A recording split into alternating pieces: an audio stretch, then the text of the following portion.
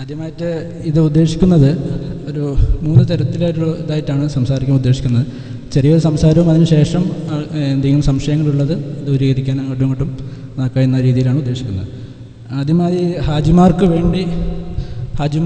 ഉണ്ടാകുന്ന ബുദ്ധിമുട്ടുകളും അവരെക്കുറിച്ചുള്ള എന്തൊക്കെ അവർക്കുണ്ടാകുന്ന പ്രശ്നങ്ങളും എന്നതിനെക്കുറിച്ച് ഒരു ചെറിയൊരു സംസാരവും, അതിനുശേഷം വോളണ്ടിയർമാർക്കും വേണ്ടിയുള്ള രീതിയിലുള്ള എന്തൊക്കെ പ്രിക്കോഷൻസ് എടുക്കണം എന്നുള്ളതിനെക്കുറിച്ചും, പിന്നെ മൂന്നാമതായി ഫസ്റ്റ് എയ്ഡായിട്ട് പെട്ടെന്ന് എന്തെങ്കിലും എമർജൻസി സംഭവങ്ങൾ ഉണ്ടാകുമ്പോൾ എന്തൊക്കെ നമുക്ക് ചെയ്യാൻ പറ്റും എന്നുള്ള രീതിയിലുള്ള ഒരു മൂന്ന് ഡിവിഷനായിട്ടാണ് ഉദ്ദേശിക്കുന്നത്. ആദ്യമായി ഹാജിമാർക്ക് വേണ്ടി ഉദ്ദേശിക്കുന്നത്, ഹാജിമാർക്ക് എന്ന് വെച്ചാൽ നമുക്ക് തന്നെ അറിയാം, ഉള്ള ഹാജിമാരിൽ അധിക ശതമാനവും പ്രായം കൂടിയ ആൾക്കാരാണ്. അപ്പോൾ അവർക്ക് തന്നെ അവരുടേതായ പ്രായത്തിനോട് ബന്ധപ്പെട്ടുള്ള പ്രായസംബന്ധമായ അസുഖങ്ങളും അവരുടെ ക്ഷീണവും എല്ലാം ഉണ്ടാവും. അതുകൂടാതെ തന്നെ പ്രായം കൂടുന്നതനുസരിച്ച് അസുഖങ്ങളും പലതരത്തിലുള്ള സ്ഥിരമായിട്ടുള്ള അസുഖങ്ങൾ കുറേ ഉണ്ടാകുന്ന ആൾക്കാരായിരിക്കും. അപ്പോൾ ഏത് പ്രായത്തിലുള്ളവരാണെങ്കിലും കുറച്ച് കാര്യങ്ങൾ ജനറലായിട്ട് ഉള്ള എല്ലാ ഹാജിമാർക്കും ബാധകമായിട്ടുള്ള കുറച്ച് കാര്യങ്ങളാണ് ആദ്യം ഉദ്ദേശിച്ചത്. അതിലൊന്ന് ഏറ്റവും ഇമ്പോർട്ടൻ്റ് ആയിട്ടുള്ള ജലാംശമാണ് നമ്മൾ ഏറ്റവും കൂടുതൽ പ്രശ്നം ഉണ്ടാകാൻ സാധ്യതയുള്ളത്. ഒന്ന്, വരുന്ന ഹാജിമാർക്ക് നമ്മുടെ ക്ലൈമറ്റിനോട് അഡാപ്റ്റഡ് ആയിട്ടുണ്ടാവില്ല. എല്ലാവർക്കും പെട്ടെന്ന് വരുന്ന ചൂടും ഇതൊക്കെ വരുമ്പോൾ തന്നെ അവർക്ക് കുറേ ബുദ്ധിമുട്ടുകൾ ഉണ്ടാകുന്നതാണ്. അപ്പോൾ ആദ്യമായി ജലാംശം ഒരിക്കലും നഷ്ടപ്പെടുന്ന ഒരവസ്ഥയിലോട്ട് പോകരുത്. അതാണ് ഏറ്റവും ഇമ്പോർട്ടൻ്റ്. എല്ലാവർക്കും വെച്ചാൽ പ്രായമുള്ളവർക്കോ ഇല്ലാത്തവർക്കോ ആരോടാണെങ്കിലും ജലാംശം നഷ്ടപ്പെടുന്നൊരവസ്ഥ ഉണ്ടാവാതിരിക്കാൻ ശ്രമിക്കുക. അതിലേറ്റവും ഇമ്പോർട്ടൻ്റ് ആയിട്ടുള്ളത് വെള്ളം കുടിക്കുന്ന വെള്ളത്തിൻ്റെ കാര്യത്തിൽ.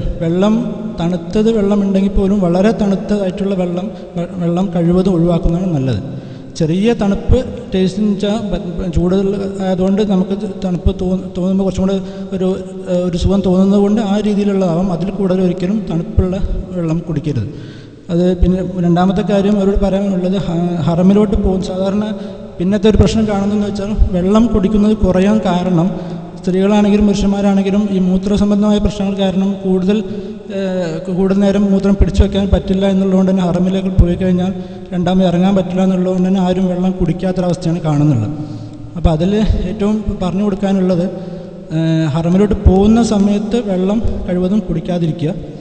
ഹറമിന്ന് എല്ലാം വിഭാഗത്തെല്ലാം കഴിഞ്ഞ് ഇറങ്ങുന്ന സമയത്ത് സംസം വെള്ളം, തണുപ്പില്ലാത്ത സംസം വെള്ളം, സാധാരണ ആയിട്ടുള്ള വെള്ളം എത്ര കുടിക്കാൻ പറ്റും അത്രയും കുടിച്ചിട്ട് പോരുക.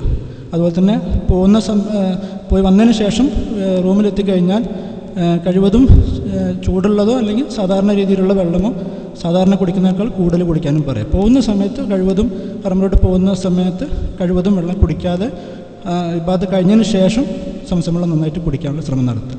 അതൊന്ന്. രണ്ടാമത്, ഇപ്പോൾ ഹജ്ജിൻ്റെ സമയത്തുണ്ടാകുന്നതെന്ന് വെച്ചാൽ ചൂടാണ്. ചൂട് നമ്മൾ അറിയാം, ജലാംശം എന്ന് പറയുന്നത് ചൂട് കൂടുന്നതനുസരിച്ച് ജലാംശം വിയർപ്പായിട്ടും എല്ലാം പോകുന്നതാണ്. അപ്പോൾ ഏറ്റവും ഇമ്പോർട്ടൻ്റ് ആയിട്ടുള്ളത്, അത്രയും ചൂടുള്ളൊരവസ്ഥ വരുമ്പോൾ കഴിവതും ചൂടിനെ നമ്മൾ എങ്ങനെ ഇതാക്കാമെന്നുള്ള അതിൽ ഒന്നെങ്കിൽ കുട ഉപയോഗിക്കുക, അതല്ലെങ്കിൽ തൊപ്പി പോലുള്ള ഉപയോഗിച്ച്, വെള്ളത്തൊപ്പിയാണെങ്കിൽ നല്ലത്. വെള്ളയാണെങ്കിൽ കുറച്ചും കൂടി ചൂട് കുറയാനുള്ള സൗകര്യങ്ങളുണ്ടാവും. വെള്ളത്തൊപ്പികളോ അല്ലെങ്കിൽ ആ രീതിയിലുള്ള കുടകളോ യൂസ് ചെയ്യാൻ പറ്റും. എസ്പെഷ്യലി പ്രായമുള്ളവരും അസുഖങ്ങളുള്ളവരും നിർബന്ധമായിട്ടും ആ രീതിയിൽ തന്നെ എന്തെങ്കിലും ചെയ്യാൻ പറ്റുമെങ്കിൽ ചെയ്യാവുന്നതാണ്. പിന്നെ ഇബാദത്ത് ചെയ്യുന്ന സമയത്ത് അത്ര ബുദ്ധിമുട്ടുള്ളവരാണെങ്കിൽ അത് രാത്രി സമയങ്ങളിലോട്ട് മാറ്റാൻ ശ്രമിക്കാൻ നോക്കുക. നല്ല ചൂടുള്ള സമയത്ത് തിക്കും തിരക്കിൽ ചെയ്യുന്നതിനേക്കാൾ കൂടുതലായിട്ട് വൈകുന്നേര സമയങ്ങളിലോ അല്ലെങ്കിൽ രാത്രി സമയത്തോട്ടോ മാറ്റാൻ പറ്റുന്ന കർമ്മങ്ങൾ ചെയ്യാൻ ശ്രമിക്കാൻ നോക്കുക. പിന്നെ ഭക്ഷണ രീതിയിൽ പറയുമ്പോൾ, ഭക്ഷണരീതി ഒന്ന് ബോഡി ആകെ എക്സോസ്റ്റഡ് ആകുന്ന സമയമാണ്. കഴിവതും ഫ്രൂട്ട്സ് പോലത്തെ ഭക്ഷണങ്ങൾ നന്നായിട്ട് കഴിക്കുക. കട്ടി ഭക്ഷണങ്ങൾ, കൂടുതൽ ഓയിൽ ഐറ്റംസുള്ള ഭക്ഷണങ്ങൾ കഴിവതും 2 ദിവസത്തേക്കിനും കുറയ്ക്കാൻ നോക്കും. അത് കഴിച്ചു കഴിഞ്ഞാൽ തന്നെ രക്തം കുറേ ഭാഗം അതിൻ്റെ ദഹനത്തിനോട് വേണ്ടി മാറ്റപ്പെടുന്നതാണ്. അപ്പോൾ നമ്മുടെ ശരീരത്തിലെ മെയിൻ ഓർഗൻസിനോട്ടൊക്കെ വെള്ളത്തിൻ്റെ അളവ് രക്തോട്ടത്തിൻ്റെ അളവ് കുറയുന്നതാണ്. അതുകൊണ്ട് തന്നെ അതിനെ എല്ലാത്തിനും ബാധിക്കും. കഴിവതും സാധാരണ ഭക്ഷണങ്ങളും പിന്നെ ഫ്രൂട്ട്സ് ഐറ്റംസ് നന്നായിട്ട് കൂടുതലായിട്ട് ഉപയോഗിക്കാൻ ശ്രമിക്കുക.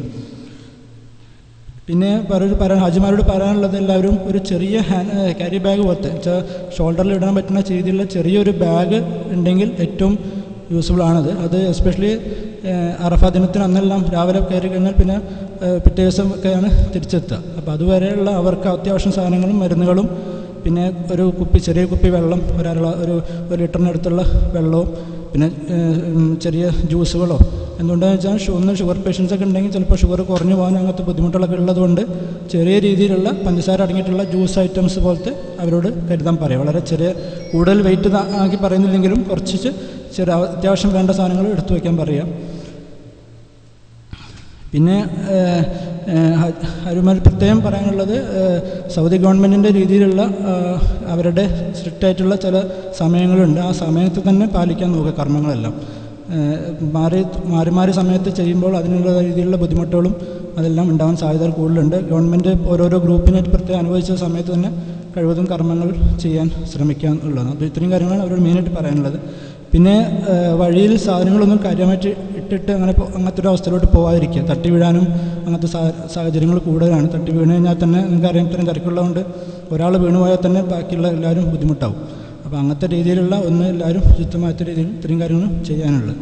പിന്നെ അസുഖമുള്ളവരുടെ കാര്യങ്ങളാണ്. അസുഖമുള്ളവർ 2 തരത്തിലാണ് അസുഖങ്ങൾ ഈ ഹജിമാർക്ക് വരുന്നുള്ളത്. ഒന്ന് സ്ഥിരമായിട്ടുള്ള അസുഖങ്ങൾ, പ്രമേഹം, പ്രഷർ, കൊളസ്ട്രോള്, ആസ്തമ, അങ്ങനത്തെ കുറേ രീതിയിലുള്ള അസുഖങ്ങളാണ്. അതിൽ ഒന്ന് മരുന്നുകൾ. ഷുഗറാണ് ഏറ്റവും പേടിക്കാനുള്ളതും ബുദ്ധിമുട്ടുള്ള പറയുന്നതും ഷുഗറിൻ്റെ അസുഖങ്ങളാണ്. ഷുഗറിൻ്റെ പ്രശ്നം എന്താണെന്ന് വെച്ചാൽ സാധാരണ രീതിയിൽ ഷുഗർ കൃത്യമായിട്ട് നോർമലായിട്ടുള്ള ഒരാൾക്കാണെങ്കിൽ ഈ കർമ്മങ്ങൾ ചെയ്യുന്ന സമയത്ത് ഷുഗർ കുറഞ്ഞു പോകാൻ സാധ്യത കൂടുതലാണ്. എന്തുകൊണ്ടെന്ന് വെച്ചാൽ ഒന്ന് നടത്തം കൂടുതലും അങ്ങനത്തെ കുറേ അവസ്ഥ വരുന്നതുകൊണ്ട് ഓട്ടോമാറ്റിക്കലി സാധാരണ നല്ല കൺട്രോളുള്ളവരെ പറയുന്നുണ്ട്. നല്ല കൺട്രോൾ നിൽക്കുന്ന ആൾക്കാർ, മരുന്ന് കഴിക്കുന്ന ആൾക്കാരാണെങ്കിൽ കുറച്ച് ഡോസ് കുറച്ചെടുക്കുന്നതായിരിക്കും നല്ലത്. ആ 1-2 ദിവസത്തേക്ക് മാത്രം. നല്ല കൺട്രോളല്ല കുറച്ച് കൂടുതലുള്ളവരാണെങ്കിൽ അതേ രീതിയിൽ തന്നെ എടുക്കാവുന്നതാണ്. പക്ഷേ എങ്ങനെയാണെങ്കിലും ചെറിയ രീതിയിലുള്ള, ഞാൻ നേരത്തെ പറഞ്ഞ പോലെ ജ്യൂസ് ചെറിയ 1-2 ചെറിയ പാക്കറ്റുകൾ കയ്യിൽ കരുതേണ്ടതാണ് എപ്പോഴാണെങ്കിലും. എങ്ങാനും ഷുഗർ കുറഞ്ഞു പോവുകയാണെങ്കിൽ ആ ബാഗിൽ തന്നെ ചെറിയ ഒരു ബാഗിൽ തന്നെ കിട്ടുമെങ്കിൽ ഏറ്റവും നല്ലതാണ്. അവർക്ക് തന്നെ യൂസ് ചെയ്യാൻ പറ്റുന്ന രീതിയിൽ, എപ്പോഴാണ് ബുദ്ധിമുട്ടെന്നുള്ള രീതിയിൽ അവർക്ക് യൂസ് ചെയ്യാൻ പറ്റുന്ന രീതിയിൽ ഒന്ന്. പിന്നെ ഉള്ളത് ബാക്കിയുള്ള പ്രഷർ, പ്രമേഹം, പിന്നെ ഉള്ളത് അടുത്ത പ്രമേഹ രോഗികൾക്ക് പ്രശ്നമുള്ളതെന്ന് വെച്ചാൽ നടത്തം വളരെ കൂടുന്നതുകൊണ്ട് തന്നെ കാലിലുള്ള മുറിവുകളുള്ളവരൊക്കെ സാധ്യതകൾ കൂടുതലാണ്. മുറിവിൻ്റെ നടത്തം ഒന്ന് ചൂടായിട്ട് പ്രഷർ പോയിൻറ്റ്സ് അത്രയും ദൂരം നടക്കുന്ന ഭാഗമായിട്ട് കാലുകളിലെ മുറിവുകളൊക്കെ കൂടാൻ സാധ്യതയുണ്ട്. അപ്പോൾ എപ്പോഴും ചെറിയ സോഫ്റ്റ് ചെരുപ്പ് തന്നെ, കട്ടിയുള്ളതല്ല, വളരെ സോഫ്റ്റ് ആയിട്ടുള്ള ചെരുപ്പുകൾ തന്നെ യൂസ് ചെയ്യാൻ പ്രത്യേകം അവരോട് പറയേണ്ടതാണ്. പിന്നെ ബാക്കിയുള്ള പ്രഷർ, ആസ്തമ അങ്ങനത്തെ ഉള്ളവരെല്ലാം മരുന്നുകളെല്ലാം കൃത്യം കൊണ്ടുനടക്കുകയും വേണം. അത്യാവശ്യമായിട്ട് കൃത്യരീതിയിൽ തന്നെ കഴിക്കുകയും വേണം. ബാക്കി എന്തൊക്കെ മാറ്റങ്ങൾ വരുത്തണം എന്നുള്ളത് ഞാൻ ഇതിൻ്റെ കൂടെ ബാക്കി പറയാം. പിന്നെയുള്ള പെട്ടെന്നുള്ള അസുഖങ്ങൾ എന്ന് പറയുമ്പോൾ, അസുഖങ്ങളെന്ന് വെച്ചാൽ മെയിനായിട്ട് പനിയാണ്. ഫ്ലൂ പോലത്തെ പനികളാണ് അധികം ഉണ്ടാകുന്നുള്ള സാധ്യതയുള്ളത്. അപ്പോൾ അങ്ങനത്തെ പനി ഉണ്ടാകുമ്പോൾ ഏറ്റവും ഇമ്പോർട്ടൻ്റ് ആയിട്ട് ഒന്ന്, അത് മറ്റുള്ളവർക്ക് കൊടുക്കാതിരിക്കാൻ അവർ ശ്രദ്ധിക്കുക എന്നുള്ളതാണ്. അതിന് ഏറ്റവും ഇമ്പോർട്ടൻ്റ് ആയിട്ട് ചുമയ്ക്കണ സമയത്തൊക്കെ എന്തെങ്കിലും കർച്ചീഫോ അല്ലെങ്കിൽ ടിഷ്യൂ എന്തെങ്കിലും ഉപയോഗിച്ച് കഴിവതും അതിലോട്ട് തന്നെ ചുമയ്ക്കുകയോ അല്ലെങ്കിൽ തുമ്മുകയോ എന്തെങ്കിലും ചെയ്യാൻ പറ്റണമെന്ന് ചെയ്യുക. മൂക്കുതിരിപ്പ് കൂടുതലാണെങ്കിൽ ടിഷ്യൂകൾ എപ്പോഴും കയ്യിൽ കുറച്ച് കൂടുതലായിട്ട് കരുതാനും ഒരു പ്രത്യേകം പറയുമോ. അതുണ്ടെങ്കിൽ ടിഷ്യൂ യൂസ് കളയുകയാണെങ്കിൽ ബാക്കിയുള്ളവർക്കോട് പകരുന്ന കാര്യങ്ങൾ കുറയാൻ സാധ്യത അതും. പിന്നെ അതുകൂടാതെ മരുന്നുകളും ഇതിൽ മെയിനായിട്ട് പനി വരുമ്പോൾ പനിയുടെ മരുന്നും പിന്നെ മൂക്കടപ്പിനുള്ള മരുന്നുകളാണ് സാധാരണ അവരുടെ അടുത്തുണ്ടെങ്കിൽ. മൂക്കടപ്പിനും പനിക്കെന്ന് പറഞ്ഞിട്ട് സാധാരണ എല്ലാവരും അവിടുന്ന് കരുതി വരാറുള്ളതാണ്. ആ മരുന്ന് കഴിക്കാവുന്നതാണ്. പക്ഷെ മരുന്ന് കഴിക്കുന്നതിൻ്റെ കൂടെ കുറച്ച് ശ്രദ്ധിക്കാനുള്ളത്, പനി എന്ന് പറയുമ്പോൾ തന്നെ കുറച്ച് റെസ്റ്റ് ആവശ്യപ്പെടുന്ന സമയമാണ്. അപ്പോൾ ഒന്നും കൂടെ, പക്ഷേ ഈ കർമ്മങ്ങളുടെ സമയം പരിധി ഉള്ളതുകൊണ്ട് നമുക്കതിനെ കൂടുതലായിട്ട് ഒഴിവാക്കാൻ പറ്റില്ല. അതുകൊണ്ട് തന്നെ ഞാൻ പറഞ്ഞതുപോലെ കൂടുതൽ ചൂട് ഒന്നും ഇല്ലാത്ത സമയവും അല്ലെങ്കിൽ അങ്ങനത്തെ രീതിയിലുള്ള കുട ഉപയോഗിച്ചോ അങ്ങനത്തെ ആ രീതിയിലുള്ള ഒരു ഇത് നിർബന്ധമായിട്ട് അവർ ചെയ്യേണ്ടതാണ്. കൂടുതൽ അധ്വാനമുള്ള രീതിയിൽ എന്ന് വെച്ചാൽ ഭയങ്കര വെയിൽ കൊണ്ട് അങ്ങനത്തെ തിക്കിത്തിറക്കി ആ രീതിയിലുള്ളത് കഴിവതും കുറച്ച് അഡ്ജസ്റ്റ് ചെയ്ത് ഒന്ന് പോകാൻ നോക്കുക. പിന്നെ പനി, തലവേദന, മേലുവേദന അങ്ങനത്തെയൊക്കെ ഉണ്ടെങ്കിൽ അവരടുത്തും വേദനയ്ക്കെന്ന് പറഞ്ഞ മരുന്നുകൾ കഴിവുള്ളവർ കൊണ്ടുവരാറുള്ളതാണ്. അത് കഴിക്കാവുന്നതാണ്. കിഡ്നിക്ക് പിന്നെ ഉള്ളത് നടത്തം കൂടിയിട്ടുള്ള പ്രശ്നങ്ങളുള്ളതുകൊണ്ട് തന്നെ വിയർപ്പൊക്കെ വന്നിട്ട് തൊലിപ്പുറത്തുള്ള ഇൻഫെക്ഷൻസ് സാധ്യത വളരെ കൂടുതലാണ്. അത് കൂടാതെ അത്രയും ദൂരമുള്ള നടത്തവും തവാഫും എല്ലാം കൂടെ വരുന്നതുകൊണ്ട് ഒരു പക്ഷേ ഈ ട്രൗസറിൻ്റെ ഭാഗത്ത് കൂടുതലായിട്ട് ഇൻഫെക്ഷന് സാധ്യത കൂടുതലാണ്. അതുകൊണ്ട് തന്നെ യൂഷ്വലി ടാക്കം പൗഡർ പോലത്തെ പൗഡറുകളിട്ട് എപ്പോഴും ഉണക്കി വയ്ക്കാൻ വേണ്ടി ശ്രമിക്കാവുന്നതാണ്. കാര്യം അത്രയും ദൂരം നടത്തം ഒരുമിച്ച് വരുന്നതുകൊണ്ടുള്ള അത്രയും യൂസ് അല്ലാത്ത ആൾക്കാർക്ക് ബുദ്ധിമുട്ടുണ്ടാവാറുണ്ട്. പിന്നെ ഹജ്ജ് കർമ്മം കഴിഞ്ഞ് മുടി ഷേവ് ചെയ്യുന്ന അത് പ്രത്യേകം ശ്രദ്ധിക്കേണ്ട കാര്യമാണ്.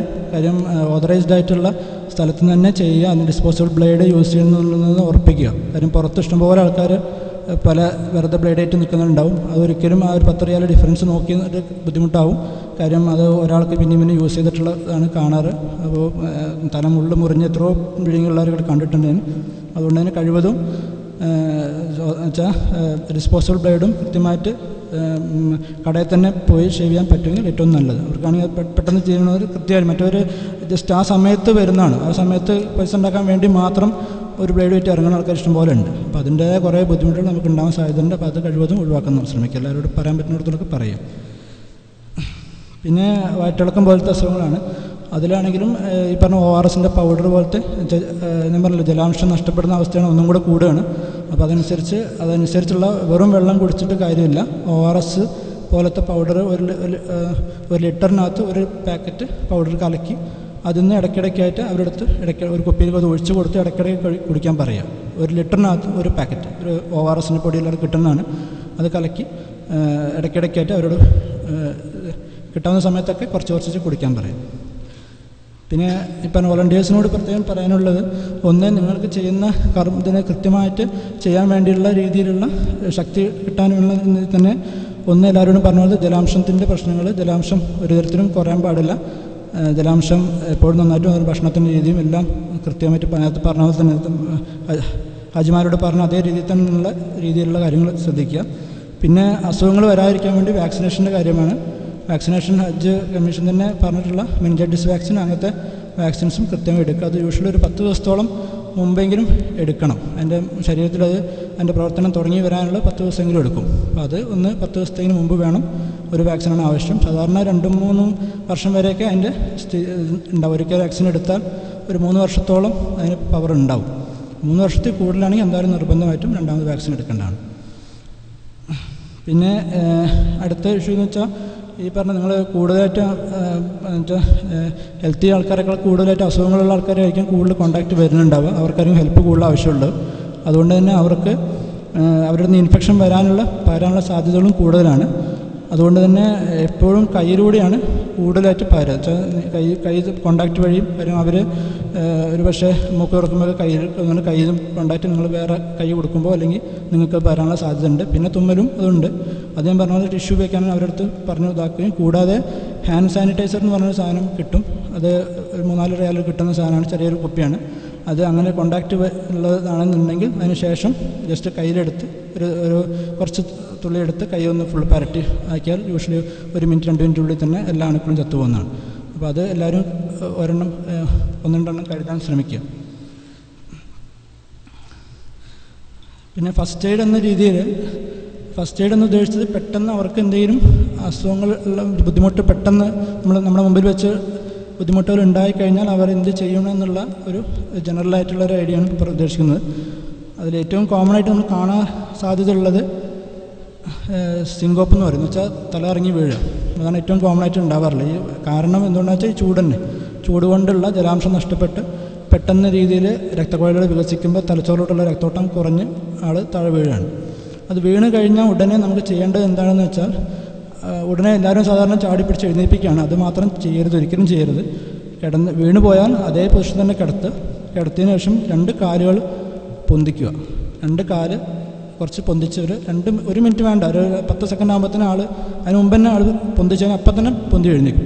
എഴുന്നേറ്റ് ഞാൻ അവരോട് പറയാം 2 മിനിറ്റ് കിടക്കുക എന്ന് പറഞ്ഞിട്ട് സാധാരണ അത്ര തന്നെ മതിയാവും. അത് പൊന്തിക്കാതെ നമ്മൾ തലഭാഗം പിന്നെയും പൊന്തിച്ച് ഇരുത്തി കഴിഞ്ഞാൽ അത് ബുദ്ധിമുട്ട് കൂടുകയുള്ളൂ. അത് അവർക്ക് തലച്ചോറിലുള്ള രക്തോട്ടം തന്നെ ഉണ്ടാവും. അപ്പോൾ ഒരിക്കലും അങ്ങനെ ചെയ്യരുത്. കിടന്നവിടെ തന്നെ കിടത്തുക, കാല് 2 പെട്ടെന്ന് പൊന്തിച്ച് 2 മിനിറ്റ് നേരെങ്കിലും പിടിച്ചു വയ്ക്കുക. അതിനുശേഷം അവർക്ക് വെള്ളമോ എന്തെങ്കിലും കൊടുക്കുക. അതാണ് ഏറ്റവും കോമൺ ആയിട്ടുള്ളത്. അതിനുശേഷം ജലാംശത്തിൻ്റെ കാര്യം പ്രത്യേകം പറഞ്ഞ് കുടിപ്പിച്ച് ബാക്കി കാര്യങ്ങൾ നോക്കുക. പിന്നെയുള്ള ചെറിയ മുറിവുകളും അങ്ങനത്തെയൊക്കെയാണ്. മുറിവുകൾ ബ്ലീഡിങ് എന്നുള്ള രീതിയിൽ നമ്മൾ പറയുമ്പോൾ 2 തരത്തിലാണ് വേണം. ഒന്ന് ചെറിയ രീതിയിലുള്ള ആക്സിഡൻറ്റ് പോലത്തെ രീതിയിലുള്ള ബുദ്ധിമുട്ടും അല്ലെങ്കിൽ വളരെ ചെറിയ മുറിവുകൾ. ചിലത് അങ്ങനത്തെ ഒന്നും ഉണ്ടാകാതിരിക്കട്ടെ. അങ്ങനത്തെ ഉണ്ടെങ്കിൽ പെട്ടെന്ന് ബ്ലീഡിങ് ചെയ്യാമെന്ന് ഉദ്ദേശിക്കുന്നത് നമ്മൾ രക്തക്കുഴലിനടുത്ത് കൈകൊണ്ട് തന്നെ ഫസ്റ്റ് അമർത്തി പിടിക്കുക. അമർത്തിപ്പിടിച്ചതിന് ശേഷം കിറ്റുള്ള ബാൻഡേഡ് കിറ്റ് ഉണ്ടെങ്കിൽ ബാൻഡേഡ് കിറ്റ് മടക്കി വെച്ചതിന് ശേഷം ബാൻഡ് ടൈറ്റായിട്ട് കെട്ടുക എന്നുള്ളതാണ്. അത് കൂടാതെ ഒരു കാര്യം കൂടി ശ്രദ്ധിക്കാനുള്ളത്, നമ്മുടെ രക്തം പോകുന്നത് അങ്ങനത്തെ എല്ലാം മെയിനായിട്ട് നമ്മുടെ ഗ്രാവിറ്റീനെ ഡിപ്പെൻഡൻ്റ് ആണ്. എന്ന് വെച്ചാൽ നമ്മൾ താഴ്ത്തിയിട്ട് കഴിഞ്ഞാൽ എല്ലാം കൂടും. അപ്പോൾ കഴിവതും അങ്ങനെ കൂടുതൽ ബ്ലീഡിങ് ഉണ്ടെങ്കിൽ ആളെ കിടത്തിയിട്ട് കയ്യിലാണ് മുറിവെങ്കിൽ കൈഭാഗം കുറച്ച് പൊന്തിച്ച് വെച്ചാൽ തന്നെ കുറേ ബ്ലീഡിങ് കുറയും. മറ്റത് താഴ്ത്തിയിടുമ്പോൾ പിന്നെയും രക്തത്തിന് പ്രഷർ കൂടും. അപ്പോൾ അങ്ങനെ ഉള്ളതിന് പകരം കിടത്തി കൈഭാഗം പൊന്തിച്ച് ടൈറ്റായിട്ട് കെട്ടുക. പിന്നെ ബാക്കിയുള്ള കാര്യങ്ങൾ മെഡിക്കൽ എന്ന രീതിയിൽ ചെയ്യുക. പിന്നെ ഉണ്ടാകുന്നത് ഉള്ളിലത്തെ വലിയ ട്രോമകൾ. അതിൽ ഒരു കാര്യം ശ്രദ്ധിക്കാനുള്ളത്, വലിയ ബുദ്ധിമുട്ടുകൾ ചവിട്ടോ അങ്ങനെ എന്തെങ്കിലും ഉണ്ടെങ്കിൽ തന്നെ അത് പല രീതിയിലാണ്. കാണുന്ന പോലെ ആവണമെന്നില്ല, ഒരാൾ പുറത്തുനിന്ന് കാണുന്ന പോലെ ആവണമെന്നില്ല. ഒരു പക്ഷേ ഉള്ളിലോട്ടുള്ള ബ്ലീഡിങ്ങുകളും അങ്ങനത്തെയൊക്കെ കുറേ ഉണ്ടാവും. അത് അത് പെട്ടെന്ന് അറിയാനും ബുദ്ധിമുട്ടാണ്. പിന്നെ ഉള്ളത് വലിയ ബിൽഡിങ്ങിൻ്റെ തട്ടി മുഴുവൻ അങ്ങനെ എന്തെങ്കിലും ഉണ്ടെങ്കിൽ തന്നെ സ്പൈനിന് നട്ടെല്ലിന് എന്തെങ്കിലും ക്ഷതം ഉണ്ടോ എന്നുള്ളതാണ്. വലിയ മുറിവാണ്, വലിയ വീഴ്ചയോ അങ്ങനെ എന്തെങ്കിലും ആണെങ്കിൽ നട്ടെല്ലിന് എന്തെങ്കിലും ചതവിന് സാധ്യതയുണ്ട്. അപ്പോൾ അങ്ങനെ ചെയ്യുമ്പോൾ ഏറ്റവും ഇമ്പോർട്ടൻ്റ് ചെയ്യാനുള്ളത് നമ്മൾ നട്ടെല്ല് പിന്നെയും വളയ്ക്കാതിരിക്കുക എന്നുള്ളതാണ്. നട്ടെല്ല് സാധാരണ നേരെ കിടക്കുന്ന അതേ രീതിയിൽ തന്നെ ആളെ മാറ്റാൻ ശ്രമിക്കാൻ ഉദ്ദേശിച്ചത് 2-3 ആൾ ഒരുമിച്ച് പിടിച്ച് ഒരേ ലെവലിൽ തന്നെ പൊന്തിച്ച് മാറ്റുക. ഒരാൾ തല മാത്രം പിടിച്ച് പൊന്തിച്ച് അങ്ങനെയല്ല, 2-3 ആൾ ഒരുമിച്ച് പിടിച്ച് ഒരാൾ തലഭാഗം, ഒരാൾ ഉദരഭാഗവും, അങ്ങനെ ഒരാൾ കാലുഭാഗം പൊന്തിച്ച് അതേ രീതിയിൽ തന്നെ അവർ കിടക്കണ അതേ രീതിയിൽ തന്നെ ട്രാൻസ്പോർട്ട് ചെയ്യാൻ ശ്രമിക്കുക. അല്ല ഒരു ഭാഗത്ത് എടുത്ത് കൊണ്ടുപോകുക അങ്ങനെയൊന്നും വെച്ചാൽ ഞാൻ പറഞ്ഞാൽ വലിയ ഇതാണ് ഉദ്ദേശിച്ചത്, ചെറുതല്ല. വലിയ രീതിയിലുള്ള ആക്സിഡൻറ്റ് എന്തെങ്കിലും ഉണ്ടെങ്കിൽ കഴിവതും സ്പൈനിൻ്റെ ഡാമേജ് പ്രതീക്ഷിക്കുന്നുണ്ടെങ്കിൽ മാത്രം അങ്ങനത്തെ ഒരേ രീതിയിൽ തന്നെ കൊണ്ടുപോകാൻ ശ്രമിക്കുക. പിന്നെയും വളച്ച് ബുദ്ധിമുട്ട് കൂട്ടാത്ത രീതിയിൽ. പിന്നെയുള്ളത് നെഞ്ചുവേദനയാണ്. നെഞ്ചുവേദന എന്ന് പറയുമ്പോൾ തന്നെ നമുക്ക് ഒരേ പ്രായം കൂടിയ ആൾക്കാരാണ്. അപ്പോൾ സാധാരണ ആൾക്കാരെക്കാൾ ഒന്നും കൂടെ അതിനെ കുറച്ചും ശ്രദ്ധ കൊടുക്കേണ്ട ഒരു സംഭവമാണ്. അധികവും കുറേയൊക്കെ ഒരു ഗ്യാസിൻ്റെ പ്രശ്നങ്ങളുണ്ട്, നെഞ്ചുവേദന ഉണ്ടാവും. പക്ഷേ അതിലേറ്റവും ഇമ്പോർട്ടൻ്റ് ആയിട്ടുള്ളത് ആ നെഞ്ചുവേദനയുടെ തോത്. സാധാരണ ഇത് അറ്റാക്ക് എന്നാൽ പറയുന്ന നെഞ്ചുവേദന എന്ന് പറഞ്ഞാൽ നല്ല വേദനയാണ് ഉണ്ടാവാറുള്ളത്. അതുകൊണ്ട് തന്നെ പേഷ്യൻസിൻ്റെ ഒരു പ്രത്യേകത എന്ന് വെച്ചാൽ അത് സാധാരണ കണ്ടാൽ തന്നെ ഏകദേശം പറയാൻ പറ്റുമെന്നാണ് പറയുക. നെഞ്ചുവേദനയുടെ വെച്ചാൽ അറ്റാക്കിൻ്റെ വേദനകൾ അതുകൊണ്ട് അത്രയും കാഠിന്യമായൊരു വേദനയും ഒരു നെഞ്ചിലിങ്ങനെ അമർത്തിപ്പിടിക്കുന്ന രീതിയിലുള്ളൊരു വേദനയായിട്ടാണ് അവർ പറയുക. സാധാരണ ഒരു അസ്വസ്ഥത എന്നൊക്കെ കൂടുതലായിട്ട് അവരെന്നെ കാണിക്കും. ഇങ്ങനെ പിടിച്ചിട്ടാണ് അവർ വരിക തന്നെ. എന്ന് വെച്ചാൽ ആ ഉള്ളിലത്തെ വേദന അവർ എക്സ്പ്രസ് ചെയ്യുന്നത് ഈ രീതിയിലുള്ള പിടുത്തം അങ്ങനെ കാണിച്ചിട്ടാണ്. അതുകൂടാതെ തന്നെ വിയർക്കൽ, ഭയങ്കര പെട്ടെന്ന് വിയർത്ത് വരിക, പെട്ടെന്ന് വെച്ചാൽ പെട്ടെന്ന് നമ്മൾ നോക്കുന്ന ആളിന് നെഞ്ചുവേദനയുടെ കൂടെ വിയർപ്പ് വരിക, ഇടത്തെ കൈയിലോട്ടുള്ള വേദന, ചിലപ്പോൾ തലയിലോട്ടാവും വേദന കയറി, ചിലവർക്ക് വയറിലോട്ടും ചെറിയ വേദനകൾ വരാറുണ്ട്. അപ്പോൾ അങ്ങനത്തെ ആളെ കാണുമ്പോഴേ നമുക്കെന്തോ ഒരു അസ്വസ്ഥത കൂടുതലുള്ള ബുദ്ധിമുട്ടുള്ള തോന്നുകയാണെങ്കിൽ, എസ്പെഷ്യലി പ്രമേഹം, പ്രഷർ അങ്ങനത്തെ ഉള്ള ആൾക്കാരാണെങ്കിൽ സാധ്യത വളരെ കൂടുതലാണ്, അറ്റാക്കാണെന്നുള്ളതിന് സാധ്യത കൂടുതലാണ്. അതിലിപ്പോൾ പെട്ടെന്ന് നമുക്ക് ചെയ്യാൻ പറ്റുന്നതെന്ന് വെച്ചാൽ അതിനൊന്ന് ഫസ്റ്റ് ഡയഗ്നോസ് ചെയ്തിട്ട് കൊടുക്കുക എന്നുള്ളത് മാത്രമേ ഉള്ളൂ.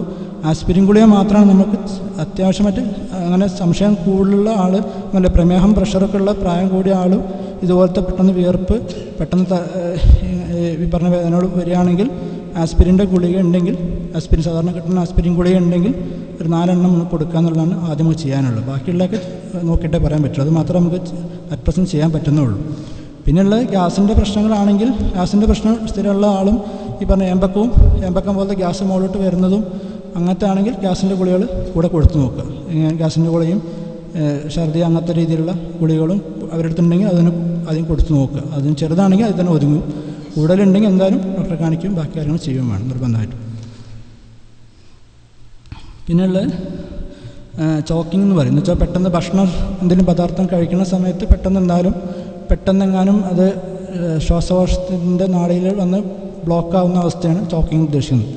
അത് വളരെ ചെറുതാണെങ്കിൽ പേഷ്യൻ്റ് ചുമ മാത്രമേ ഉണ്ടാവുള്ളൂ.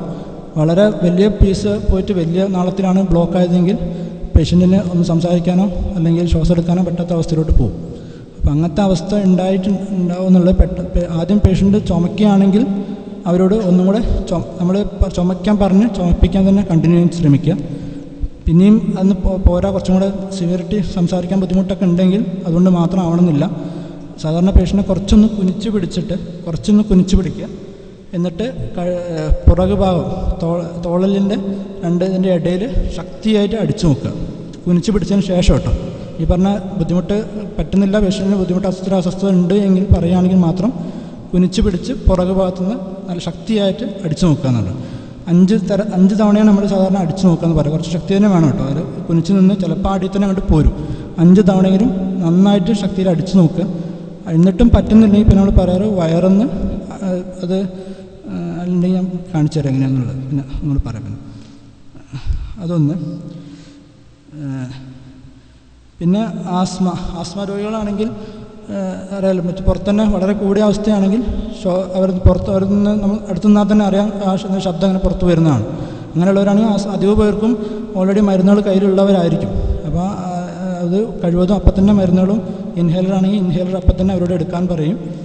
2 3 തവണയൊക്കെ എടുക്കാമെന്നുള്ള ബുദ്ധിമുട്ടൊന്നുമില്ല. പക്ഷേ സാധാരണ കാണുന്നത് എന്താണെന്ന് വെച്ചാൽ പേഷ്യനോട് എടുക്കാൻ പറഞ്ഞാൽ പേഷ്യൻ്റ് 2 3 4 ഒരുമിച്ച് എടുക്കുകയാണ് ചെയ്യുക. ഒരുമിച്ച് 4 3 പഫ് എടുത്തിട്ട് അങ്ങനെ എടുത്തിട്ട് കാര്യമില്ല. ഒരെണ്ണം എടുത്ത് അത് അപ്പം തന്നെ വലിച്ചെടുത്തതിന് ശേഷം പിന്നെ 1 മിനിറ്റ് കഴിഞ്ഞിട്ട് പിന്നെ അങ്ങനെ കുറച്ച് കഴിഞ്ഞിട്ട് എടുത്ത് വേണം. അല്ലാതെ സാധാരണ 2 പഫ് എടുക്കാൻ പറഞ്ഞാൽ ആൾക്കാർ ചെയ്യാമെന്ന് വെച്ചാൽ 2 എണ്ണം ഒരുമിച്ച് അടിക്കും, അതിന് ശേഷം ശ്വാസം എടുക്കും. അങ്ങനെ എടുത്തിട്ട് കാര്യമില്ല, അത് മുക്കിലൂടെയൊക്കെ പോവുകയാണ് ചെയ്യുക. ഈ എടുക്കുന്ന സമയവും നമ്മൾ വലിക്കുന്ന സമയവും ഒത്തു കിട്ടിയാൽ മാത്രമേ ശരിക്കും ശ്വാസോച്ഛ്വാസം ഇറങ്ങുള്ളൂ. അപ്പോൾ അതുകൊണ്ട് തന്നെ എപ്പോഴും സാധാരണ ഇതിൽ ആദ്യം അവരോട് കഴുത്തൊന്ന് പൊന്തിച്ച് പിടിക്കാൻ പറഞ്ഞതിന് ശേഷം ഈ പറഞ്ഞ ഇൻഹേലർ വെച്ചിട്ട് ഇൻഹേലർ അടിക്കലും ശ്വാസം എടുക്കലും ഒരുമിച്ച് വരണം. അത് ഒറ്റ തവണ ചെയ്താലേ കിട്ടുള്ളൂ. 2 3 ചെയ്താലൊന്നും ഒരിക്കലും ഒത്തുകിട്ടില്ല. അപ്പോൾ ആ വെക്കലും അടിക്കലും ഒരുമിച്ച് കിട്ടുന്ന രീതിയിൽ എടുത്തതിന് ശേഷം 5-10 സെക്കൻഡ് കഴിഞ്ഞിട്ട് പിന്നെയും എടുക്കാം. അങ്ങനെ 2 3 4 തവണ ചെയ്യാൻ ബുദ്ധിമുട്ടില്ല. പക്ഷേ ഒരുമിച്ച് എടുത്തിട്ട് അത് ശരീരത്തോട് കയറില്ല, പോകും. ഗ്യാസ് അതിൽ പുറത്തുകൂടെ പിന്നെ മുക്കിലൂടെ പോകണ കാണാം. അങ്ങനെ കാര്യമില്ല.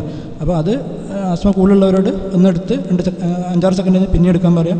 5-6 സെക്കൻഡ് കഴിഞ്ഞ് കുറഞ്ഞ് പിന്നെ എടുക്കാൻ പറയാം. അങ്ങനെ 3 4 തവണയൊക്കെ മാക്സിമം എടുക്കാൻ പറ്റുന്നതാണ്. പിന്നെ അവരുടെ ഗുളികകളൊക്കെ അത്യാവശ്യം കഴിക്കുക. ശ്വാസം തിക്കും അങ്ങനെ ശ്വാസം മുട്ടുള്ളവരോടാണെങ്കിൽ തിക്കും തിരക്കുള്ള കഴിവതും തിക്കും തിരക്കും കുറഞ്ഞ സ്ഥലത്തോട്ട് തന്നെ വെച്ചാൽ ഒന്ന് ഓക്സിജൻ കിട്ടുന്ന രീതിയിലുള്ള സ്ഥലത്തോട്ടൊന്ന് മാറിയിരിക്കാനും പറയാം. ഈ പറഞ്ഞ അതുപോലെ തന്നെ ചൂട് കൂടിയാലും ഈ പറഞ്ഞ ശ്വാസത്തിൻ്റെ ജലാംശം കുറഞ്ഞാലും ഈ പറഞ്ഞ കഫക്കെട്ടും എല്ലാം ബുദ്ധിമുട്ട് കൂടും. പിന്നെ അപസ്മാരം പോലെ എന്തെങ്കിലും ഉണ്ടെങ്കിൽ ഇതാണ് സാർ കാണുന്നത്. അപസ്മാരം എന്ന് പറഞ്ഞാൽ ഒന്ന് പെട്ടെന്ന് താഴെ വീണു, ഒരു കുഴപ്പമില്ലാത്ത ആൾ പെട്ടെന്ന് താഴെ വീണു, കൈയും കാലെല്ലാം ഭയങ്കരമായിട്ട് ജെർക്ക് ചെയ്യുന്ന ഒരവസ്ഥയാണ് അപസ്മാരം നമ്മൾ പറയാറ്. അതിൽ ആ സമയത്ത് നമുക്ക് പ്രത്യേകിച്ചൊന്നും ചെയ്യാനില്ല എന്ന് തന്നെ പറയേണ്ടത്. ആ ചെയ്യാനുള്ളത് തലഭാഗത്ത് വലിയ മുറിവുകൾ അല്ലെങ്കിൽ തല അങ്ങനെ സാധാരണ എക്സ്റ്റെൻഡ് ചെയ്യും. ആ എക്സ്റ്റെൻഡ് ആകുമ്പോൾ കഴുത്തിന് ബുദ്ധിമുട്ട് വരാതിരിക്കാൻ വേണ്ടി കഴുത്തിന് ഒരു കുഷ്യൻ പോലെ എന്തെങ്കിലും വെച്ച് കൊടുക്കുക എന്നുള്ളതാണ്. നമ്മുടെ സാധാരണ കോട്ടോ അങ്ങനെയൊക്കെ ഉണ്ടെങ്കിൽ കോട്ട് മടക്കി കഴുത്തിൻ്റെ തലയുടെ അവിടെ വെച്ച് കൊടുക്കുക. പേഷ്യൻറ്റിനെ പറ്റുമെങ്കിൽ ഒന്ന് ചെരിച്ച് കിടത്താൻ നോക്കുക. ചെരിച്ച് കിടത്താൻ എന്തിനാണെന്ന് വെച്ചാൽ ഈ പറഞ്ഞ അവസാനം വരുമ്പോൾ നൊര വരും. നൊരയൊക്കെ വരുന്നത് അത് ശ്വാസകോശത്തോടെ ഇറങ്ങിപ്പോയിരിക്കാൻ വേണ്ടിയിട്ട് മാത്രമാണ്. പിന്നെ ചെയ്യാൻ പറ്റുന്നത് നാവ് കടിയും അതിൻ്റെ കൂടെ സാധാരണ വരും. അത് കടിക്കാതിരിക്കാൻ വേണ്ടി എന്തെങ്കിലും തുണിയോ പേപ്പറോ എന്തെങ്കിലും ഉണ്ടെങ്കിൽ അത് മടക്കി പല്ലുകൾക്കിടയിൽ നാവിന് കടി കിട്ടാതിരിക്കാൻ വേണ്ടി മാത്രം വെച്ച് കൊടുക്കുക. അതേ പറ്റുള്ളൂ. സാധാരണ ഇതിലൊരു 3 മിനിറ്റ് ഒക്കെ നിൽക്കുള്ളൂ. സാധാരണ അപസ്മാരം എന്ന് പറഞ്ഞാൽ അതിൽ കൂടുതൽ നിൽക്കില്ല. ഒരു 3 മിനിറ്റ് കൊണ്ടൊക്കെ 90% മാറും. അത് മാറിക്കഴിഞ്ഞാലാണ് പിന്നെ നമുക്ക് എന്തെങ്കിലും ചെയ്യാനുള്ളത്. അതിൻ്റെ കൂടെ തന്നെ നമ്മൾ ചെയ്യാൻ പറ്റുന്നത് എല്ലാവരും കൂടി ചുറ്റുപാട് നിന്ന് കൂടുതൽ ഓക്സിജൻ്റെ അളവ് കുറയ്ക്കുന്ന ഒരവസ്ഥയിലോട്ട് ചെയ്യരുത്. കുറച്ചൊന്ന് വിട്ട് നിൽക്കുക. വെച്ചാൽ ഓക്സിജൻ കിട്ടുന്ന രീതിയിൽ എല്ലാവരും വന്ന് അവരുടെ കാർബൺ ഡൈ ഓക്സൈഡ് കൂടി നിൽക്കുന്ന അവസ്ഥയിൽ അവർക്ക് ബുദ്ധിമുട്ട് കൂടുകയുള്ളൂ. ഒന്ന് മാറി നിൽക്കുക. ഒന്നും പ്രത്യേകം ചെയ്യാനൊന്നുമില്ല. അത് സാധാരണ 2 മിനിറ്റ് കൊണ്ട് തന്നെ മാറിക്കഴിഞ്ഞതിന് ശേഷം പേഷ്യൻറ്റിനെ ചെരിച്ച് കിടത്തുക. ആ സമയത്താണ് സാധാരണ ഇതിൽ ഈ പറഞ്ഞ ആസ്പിറേഷനൊക്കെ സാധ്യത കൂടുതലുള്ളത്.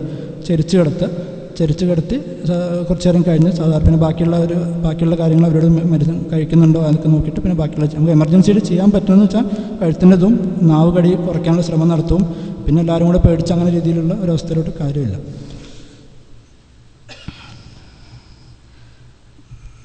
പിന്നെ CPR എന്നുള്ളത് അത് വേണോ എന്താ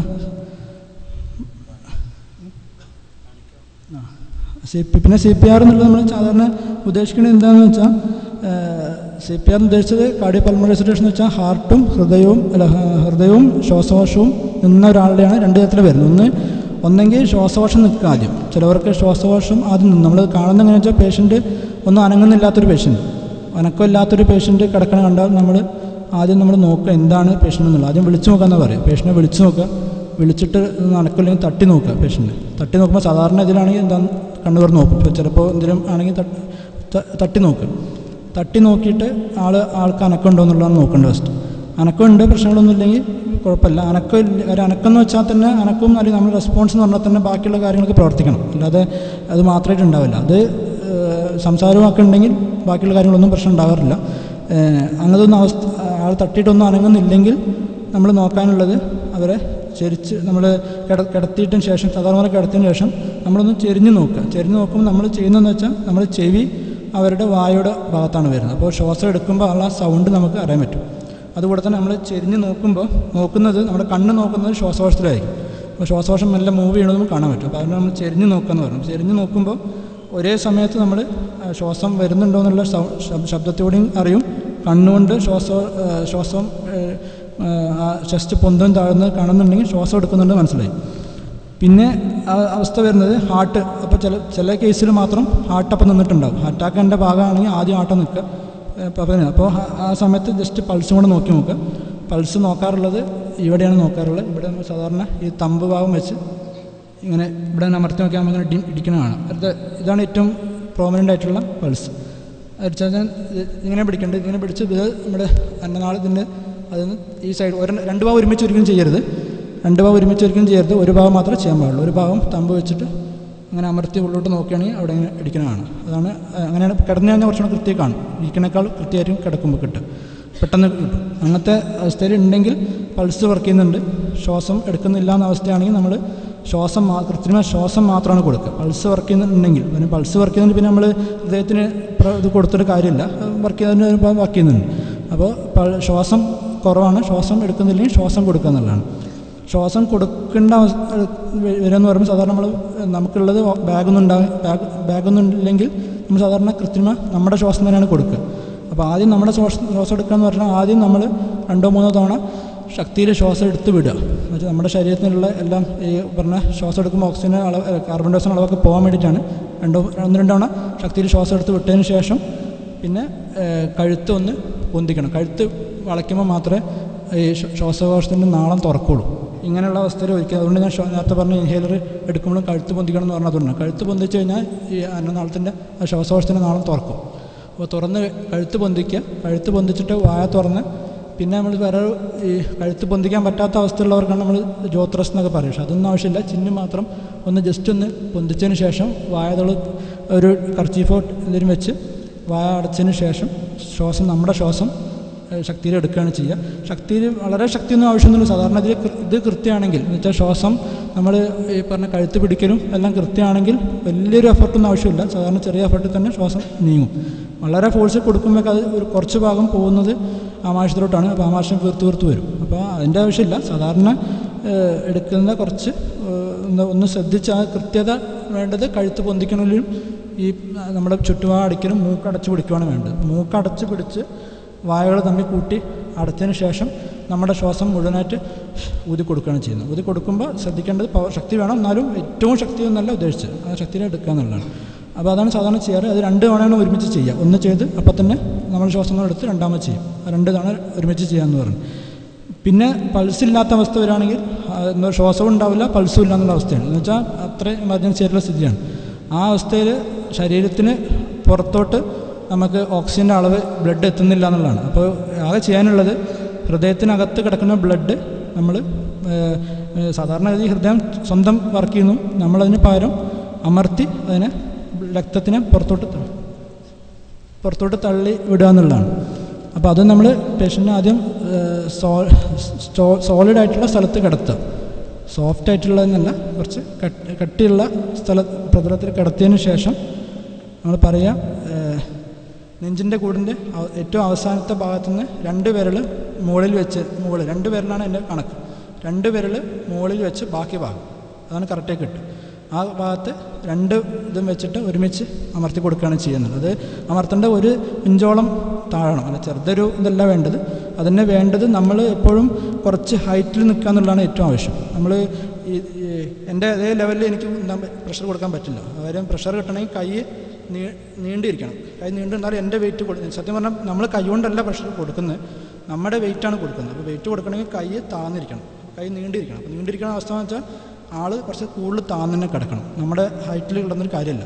അപ്പോൾ ഒന്നെങ്കിൽ താഴെ കിടക്കുകയാണെങ്കിൽ നമുക്ക് മുട്ടുകുത്തി ഒന്ന് ചെയ്യാം, അല്ലെങ്കിൽ ടേബിളിലാണെങ്കിൽ ഹൈറ്റ് എപ്പോഴും ഡിഫറൻസ് വേണം. ഹൈറ്റ് ഉണ്ടെങ്കിൽ നമ്മൾ കൈ നീട്ടി വെക്കുകയാണെങ്കിൽ നമ്മുടെ വെയിറ്റ് മാത്രമേ അതാണ് കറക്റ്റ് എടുക്കുക. അല്ല ഇങ്ങനെയല്ല ഒരിക്കലും കൊടുക്കുക. ഇങ്ങനെ നമുക്ക് കൊടുക്കാനും പറ്റില്ല, അത് കൃത്യമായി പേഷ്യൻറ്റ് കിട്ടില്ല. അപ്പോൾ കൈ വെച്ചാൽ നമ്മൾ തമ്മിലുള്ള പേഷ്യൻറ്റും നമ്മളും തമ്മിലുള്ള ഗ്യാപ്പ് ഇഷ്ടംപോലെ കിട്ടുന്ന രീതിയിൽ നമുക്ക് ചെയ്യാൻ പറ്റുള്ളൂ. അത് സാധാരണ ഒരു 30 തവണ ഒരുമിച്ച് കൊടുക്കുക. ഒരുമിച്ച് കൊടുക്കുകയെന്ന് വെച്ചാൽ 100 തവണ ഒരു മിനിറ്റിൽ ഒരു 100 തവണ കിട്ടുന്ന രീതിയിലുള്ള 30 എണ്ണം അടുപ്പിച്ച് കൊടുക്കുക എന്നാണ് പറയുന്നത്. 30 എണ്ണം കൊടുത്തതിന് ശേഷം പിന്നെ നമ്മൾ വേറെ ആളില്ലെങ്കിൽ ശ്വാസം കൊടുക്കുക. നേരത്തെ പറഞ്ഞ പോലെ തന്നെ 2 ശ്വാസം ഒരുമിച്ച് കൊടുക്കുക. പിന്നെയും ഹൃദയം നോക്കി ഹൃദയം പൾസ് വന്നിട്ടില്ലെങ്കിൽ പിന്നെ 30 എണ്ണം കൊടുക്കുക. പിന്നെ 2 ശ്വാസം കൊടുക്കുക എന്നുള്ളതാണ്. അത് നമുക്ക് ചെയ്യാൻ പറ്റുന്നതാണ്. പക്ഷേ അപ്പോഴത്തേക്ക് നമ്മൾ ആളെ വിളിച്ച് ബാക്കിയുള്ള കാര്യങ്ങൾ ചെയ്യാന്നുള്ളതാണ്. നമുക്ക് തൽക്കാലത്തേക്ക് എന്തെങ്കിലും ചെയ്യാൻ പറ്റുന്ന ചിലവർക്ക് ഹൃദയത്തിന് മസാജ് കൊടുക്കുമ്പോൾ അറ്റാക്കിൻ്റെ ഭാഗമായിട്ടുള്ള ചിലവർക്ക് പിക്ക് ചെയ്യും, വളരെ റെയറായിട്ട്. അതാണ് നമ്മൾ മെയിനായിട്ട് ഉദ്ദേശിക്കുന്നത്. അതായത് ഹാർട്ട് നിന്ന് പോയവർക്ക് നമ്മൾ CPR കൊടുത്തിട്ടൊന്നും കംപ്ലീറ്റ് ഒന്നും നമ്മളെ കൊണ്ട് മാറ്റാൻ പറ്റാറില്ല. ചിലവർക്ക് നിന്ന് പോയവർക്ക് ആ അടിക്കണതിൻ്റെ ഭാഗമായിട്ട് രണ്ടാമത് പൾസ് ക്ലിയറായി വരാം. അങ്ങനെയുള്ളവർക്ക് മാത്രമേ നമുക്ക് എന്തെങ്കിലും ഒരു ഇത് കിട്ടാറുള്ളൂ. പക്ഷെ അത് നമുക്ക് ഉദ്ദേശമുള്ളൂ. വേറെ ബാക്കിയുള്ളതൊക്കെ ഹോസ്പിറ്റലിൽ മാത്രമേ ബാക്കിയുള്ള ഹോസ്പിറ്റലിൽ മാത്രമേ നമുക്ക് എന്തെങ്കിലും കിട്ടുകയുള്ളൂ.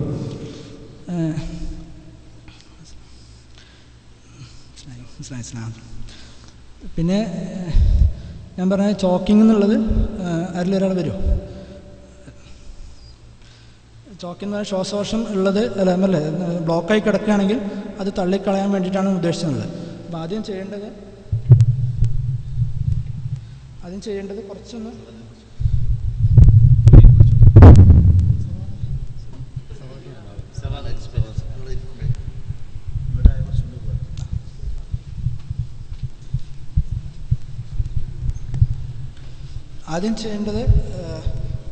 ചുമയ്ക്കുന്ന പേഷ്യൻ്റാണെങ്കിൽ ചുമച്ചാൻ പറയാം. ചുമച്ച് അത് ചെറുതാണെങ്കിൽ തള്ളിപ്പോകാൻ വേണ്ടി ശ്രമിച്ച് നോക്കാൻ പറയാം. പോരാ ആൾക്ക് അത്ര ബുദ്ധിമുട്ടുണ്ട്, ശ്വാസം കിട്ടാത്ത അവസ്ഥയിൽ വരികയാണെങ്കിൽ പിന്നെ അങ്ങനെ ചുമച്ചിട്ട് കാര്യമില്ല. അപ്പോൾ നമ്മൾ കുറച്ച് ചെരിക്കുക. അത് ഒരു ചെരിവ് വെച്ചതിന് ശേഷം നമ്മൾ ഇതിൻ്റെ ഇടയിൽ നമ്മൾ അടിക്കുകയാണ് ചെയ്യുന്നത്. അത് നല്ല ഫോഴ്സിൽ തന്നെ അടിക്കുക. ആ അടിയിൽ നമ്മൾ ചിലപ്പോൾ അങ്ങോട്ട് പോവുകയാണ് ചെയ്യുക. അത് ചെറിയ ഫോഴ്സല്ല കേട്ടോ, നല്ല ഫോഴ്സ് തന്നെ വേണം. 5 അടിയിലും അടിച്ച് നോക്കുക എന്നുള്ളതാണ്. ചിലപ്പോൾ ആ അടിയിനത്തിനായിട്ട് പോരും. ഭക്ഷണം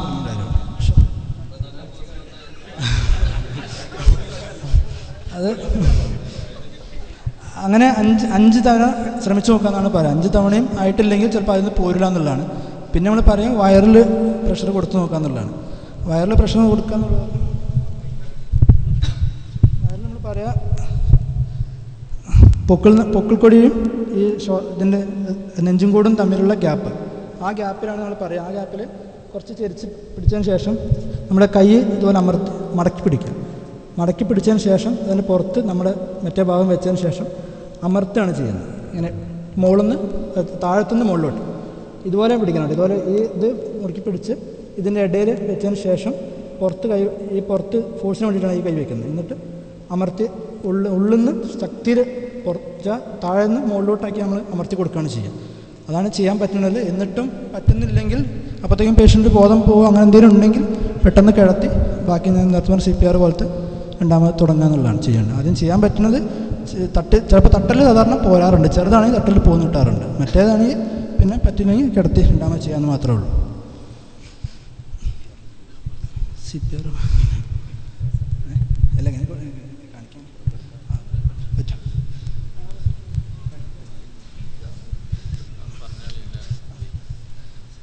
CPRൽ ഞാൻ ഉദ്ദേശിച്ച് ഞാൻ പറഞ്ഞില്ല, ആദ്യമായിട്ട് പറഞ്ഞത് ഹൈറ്റ് വേണമെന്ന് ആദ്യം പറഞ്ഞു.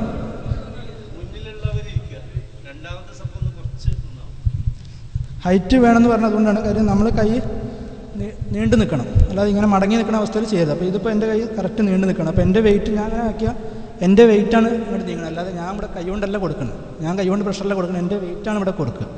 അതാണ് ഞാൻ പറഞ്ഞത്. ഇതിൻ്റെ നമ്മളെ ഇവിടുത്തെ എല്ലുണ്ടല്ലോ, സ്റ്റേണ്ടത്തിൻ്റെ അടിയത്തെ എല്ല്, ഈ 2 വാരിയൽ ഇങ്ങനെ വന്ന് നിൽക്കുകയും ചെയ്യുക. ഇതിൻ്റെ ഈ നിന്ന് 2 വിരൽ മുകളിൽ, ഇതിൻ്റെ 2 വിരൽ മുകളിലാണ്. ഇതാണ് സ്പേസ്. അപ്പോൾ ഈ സ്പേസിൽ നമ്മൾ പിടിക്കേണ്ടത് ഇങ്ങനെയാണ് പിടിക്കേണ്ടത്. ഇങ്ങനെ പിടിച്ചിട്ട് ഇതാണ് വേണ്ടത്, ഇങ്ങനെയാണ് വരിക. ഇങ്ങനെ പിടിച്ചിട്ട് രണ്ട് കൈ ഒരുമിച്ചാണ് പ്രഷർ കൊടുക്കുമ്പോൾ നമ്മുടെ വെയിറ്റാണ് കൊടുക്കുക. അല്ല ഇങ്ങനെ ആക്കുമ്പോൾ ഞാൻ ചെയ്യുന്നത് വെച്ചാൽ എൻ്റെ വെയിറ്റാണ് കൊടുക്കുന്നത്, അല്ലാതെ കൈ കൊണ്ടല്ല പ്രഷർ കൊടുക്കുന്നത്, എൻ്റെ വെയിറ്റ് മുഴുവനായിട്ട് കൊടുക്കുകയാണ് ചെയ്യുന്നത്. അത് കൊടുക്കുമ്പോൾ 30 എണ്ണം കൊടുക്കുമ്പോൾ അത് സ്പീഡ് എന്ന് പറയാം. ഏകദേശം ഒരു 100 എണ്ണം ഒരു മിനിറ്റ് കിട്ടുന്ന രീതിയാണ് കണക്ക്. ഏകദേശം അത്രയും സ്പീഡ് വേണം ഏകദേശം. അപ്പോൾ അങ്ങനത്തെ അത് പ്രഷർ വരുമ്പോൾ ഇത്രയും 1 ഇഞ്ചോളം താഴെ ചെസ്റ്റ് നീങ്ങും, ഇത് കാണാം. അതാ പറഞ്ഞത്, സെക്കൻഡല്ല പറഞ്ഞു, ഒരു അല്ല 60 സെക്കൻഡ് തന്നെ 100 എന്ന് പറഞ്ഞു. അപ്പോൾ 1 സെക്കൻഡ് വരില്ല, അതിനേക്കാൾ കൂടുതൽ സ്പീഡോ, ഒരു 1/2 സെക്കൻഡ്, സെക്കൻഡിൽ 1-2 വേണം എടുത്ത് വരും ഏകദേശം. അത്രയും സ്പീഡിലാണ് ചെയ്യുക. 30 ചെയ്തതിന് ശേഷം നമ്മൾ പെട്ടെന്ന് ഓക്സിജൻ കൊടുക്കുക. ഓക്സിജൻ കൊടുക്കുക വെച്ചാൽ ശ്വാസം കൊടുക്കുകയാണ്. ലെഫ്റ്റ് ചെസ്റ്റിനല്ല, സ്റ്റേണത്തിന് കൊടുക്കുക. ചെസ്റ്റിലല്ല, ചെസ്റ്റിൽ കൊടുത്താൽ ചെസ്റ്റ് പൊട്ടുക ചെയ്യുക. ചെസ്റ്റ് ഒരിക്കലും ചെസ്റ്റിലല്ല കൊടുക്കുക, സ്റ്റേണം മിഡിലാണ് കൊടുക്കുക. മിഡിൽ കൊടുക്കുമ്പോഴാണ് ഈ പറഞ്ഞ കിട്ടുക. അല്ലാതെ ചെസ്റ്റിലല്ല, എല്ലാവർക്കും ധാരണ അതാണ്, അങ്ങനെയല്ല ചെസ്റ്റ് പൊട്ടുക ചെയ്യുക. ചെസ്റ്റിൽ ഇവിടെ വേറെ വാരിയൽ ഇതുണ്ട്, പൊട്ടിപ്പോകുക. ഒരിക്കലും ചെസ്റ്റിലല്ല കൊടുക്കുക, മിഡിൽ ഭാഗത്താണ്. മിഡിൽ ഭാഗത്ത് സ്റ്റേണത്തിലാണ് നമ്മൾ കൊടുക്കുക. സ്റ്റേണം കൊടുക്കുമ്പോൾ നമ്മൾ പിടിക്കുന്നത് ലെഫ്റ്റ് ലെവലിലാണ്, ഇങ്ങോട്ടല്ല. അതുകൊണ്ട് കൂടുതൽ എഫക്റ്റ് അങ്ങോട്ട് കിട്ടുന്നു മാത്രം. ഇതാണ് നമ്മുടെ, ഇതാണ് കൈയിൻ്റെ ഈ ഭാഗത്താണ് പ്രഷർ വരിക, അല്ലാതെ നമ്മൾ ഇങ്ങോട്ടല്ല കൊടുക്കണത്. ഇത് വേണ്ട, ഈ ഭാഗം ഫുള്ള് ഫ്രീ ആണ്, ഇവിടെ ഫുള്ള് ഫ്രീ ആണ്. എൻ്റെ പ്രഷർ വരുന്നതൊക്കെ ഇവിടെ മാത്രമേ ഉള്ളൂ, സ്റ്റേണത്തിൽ മാത്രമേ ഉള്ളൂ. സ്റ്റേണത്തിലാണ് പൊട്ടില്ല. അപ്പോൾ അതും കറക്റ്റ് അല്ലെങ്കിൽ പൊട്ടുക ചെയ്യുന്നാലും സാധാരണ ഇതിൽ ഇങ്ങനെ വെച്ചാൽ ഒരിക്കലും കിട്ടില്ല, പൊട്ടൽ മാത്രമേ ഉണ്ടാവുള്ളൂ. 1 മിനിറ്റിൽ ഒരു 100ൻ്റെ അടുത്ത് കിട്ടുന്ന രീതിയിൽ. അപ്പോൾ അങ്ങനെയാണെങ്കിൽ ഒരു 10 സെക്കൻഡ് അല്ല, ഒരു 15-20 സെക്കൻഡ് നമ്മൾ കൊടുക്കാമെന്ന് ഉദ്ദേശിച്ചു. ഒരു 30 എന്ന് പറഞ്ഞാൽ 15 സെക്കൻഡ് 20 സെക്കൻഡ് വരെ ശ്വാസം ഇത് കൊടുത്തതിന് ശേഷം പൾസ് പോരാൻ തോന്നുകയാണെങ്കിൽ ഓക്സിജൻ കൊടുക്കണം. ഓക്സിജൻ കൊടുക്കുന്ന 2 തവണയാണ് പറഞ്ഞത്. ശ്വാസം എടുത്തതിന് ശേഷം അത് ഞാൻ പറഞ്ഞത് കഴുത്ത് ഇങ്ങനെ മടക്കും, കഴുത്ത് വളച്ചാൽ മാത്രമേ ഇത് തുറക്കുള്ളൂ. അതുകൊണ്ട് ആദ്യം പറഞ്ഞ് കഴുത്ത് തുറക്കണം എന്ന്. കഴുത്ത് തുറക്കുക, എന്നിട്ട് വായ തുറന്ന് പിടിച്ചിട്ട് ചിന്നൊന്ന് പറ്റുമെങ്കിൽ അങ്ങനത്തെ പേഷ്യൻസ് ഒന്ന് നല്ല ഇങ്ങനെ ഉന്തും, ഇവിടെ നിന്ന് നല്ല ഉന്തിയിട്ട് മൂക്കടച്ച് പിടിക്കുക. എന്നിട്ട് വായ തുറന്ന് ഒരു കർച്ചീഫ് എന്തെങ്കിലും വെച്ചിട്ട് വായ അടച്ചതിന് ശേഷം നമ്മുടെ ശ്വാസം കൊണ്ട് കൊടുക്കുമ്പോൾ ശരിക്കും നമ്മൾ ചെരിഞ്ഞ് കൊടുക്കുകയാണെങ്കിൽ നമുക്ക് കാണാൻ നല്ല പൊന്തനമാണ്. പക്ഷേ ഇത് വളക്കൽ കൃത്യമായിരിക്കണം, എങ്കിലും അതിന് കൊടുക്കുന്നതിന് ഗുണമുള്ളൂ. വെറുതെ നേരെ വെച്ചിട്ട് കൊടുത്താലൊന്നും ആവില്ല. കരുത്ത് തുറന്നാൽ മാത്രമേ ശ്വാസം അങ്ങോട്ട് പ്രഷർ കയറുള്ളൂ. അപ്പോൾ അത് കഴുത്ത് നന്നായി വളയ്ക്കുക, ചിന്നതാക്കുക, ഓക്സിജൻ കൊടുക്കുക. അപ്പോൾ അങ്ങനെ ആദ്യം നോക്കേണ്ട പൾസ് ഇങ്ങനെ നോക്കുക. പൾസ് കിടന്നതിന് ശേഷം ഇത് നമ്മുടെ ഇതിന് ഇങ്ങനെ വെച്ച് പിടിക്കുകയാണ്. ഇത് ഇങ്ങനെ പിടിക്കുക. രണ്ട് ഭാഗം ഒരുമിച്ച് നോക്കരുത്, ഒരു തവണ ഒരു കൈ മാത്രം തമ്പ് വെച്ച് മാത്രം അങ്ങനെ അമർത്തി നമുക്കിങ്ങനെ അടിക്കുക. അത് കൃത്യം സൈറ്റാണ്, ഏറ്റവും എളുപ്പമായിട്ട് കിട്ടുന്ന സംഭവമാണ്. ഉണ്ടോ നോക്കുക. പൾസ് ഇല്ലെങ്കിലേ പറഞ്ഞു കേട്ടോ. പൾസ് ഉണ്ട്, ശ്വാസം മാത്രമേ നിന്നിട്ടുള്ളെങ്കിൽ ശ്വാസം മാത്രം കൊടുത്താൽ മതി.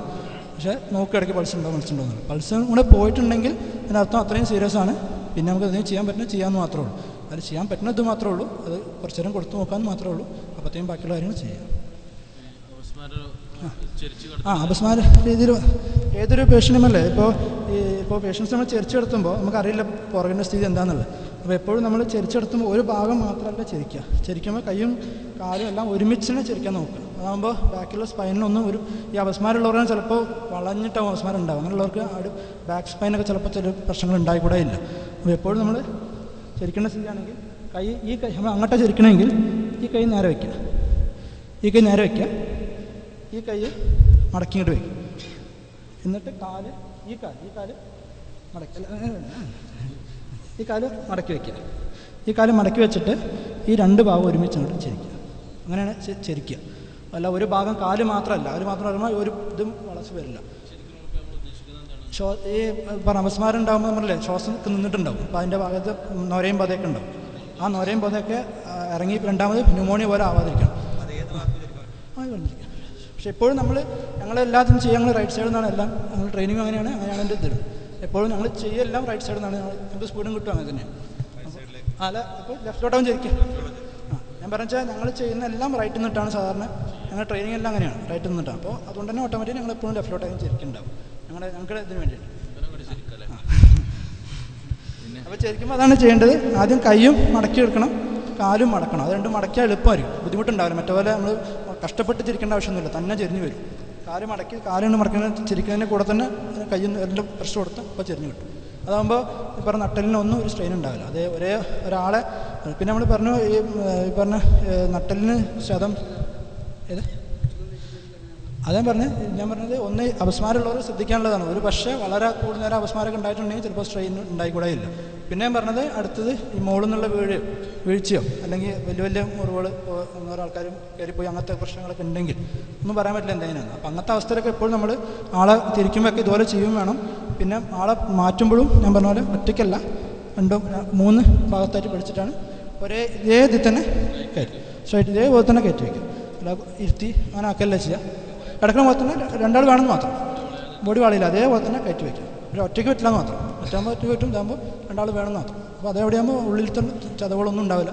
അത് ഇരുത്തിന് പക്ഷേ ഒരേ ലെവലിൽ 3 ആൾ ഒരുമിച്ച് ഒരാൾ മാത്രം പൊക്കരുത്, ഒരേ ലെവലിൽ പൊതിച്ച് പൊയ്ക്കുക. അതൊന്നുമില്ല, ജസ്റ്റ് അല്ല അത് ഞമ്മല്ലേ അതൊന്നുമില്ല, ഈ 2 കാല് പിടിച്ച് പൊന്തിക്കുക അത്ര തന്നെ, വേറെ ഒന്നുമില്ല. ഇതാണ് ഏറ്റവും കോമൺ ആയിട്ട് ഉണ്ടാവുക.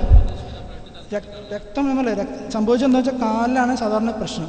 കാലിലോട്ടുള്ള രക്തക്കുഴൽ വികസിക്കുകയാണ് ചെയ്യുന്നത് സത്യം പറഞ്ഞാൽ. അപ്പോൾ വികസിക്കുമ്പോൾ നമ്മുടെ രക്തം ഉള്ളത് മുഴുവൻ കാലിലോട്ട് പോകും. അപ്പോൾ കാലിനോട്ട് രക്തം ഉണ്ടാവും, തലച്ചോറിൽ രക്തം ഉണ്ടാവില്ല. അതാണ് അവസ്ഥ ഉണ്ടാകുന്നത്. അപ്പോൾ നമ്മൾ ചെയ്യുന്നത് എന്താ വെച്ചാൽ കാലിനകത്ത് കിടന്നിട്ടുള്ള രക്തം ഫുള്ള് തിരിച്ച് മെയിൻ രക്തക്കുഴലിലോട്ട് കയറ്റുകയാണ് ചെയ്യുന്നത്.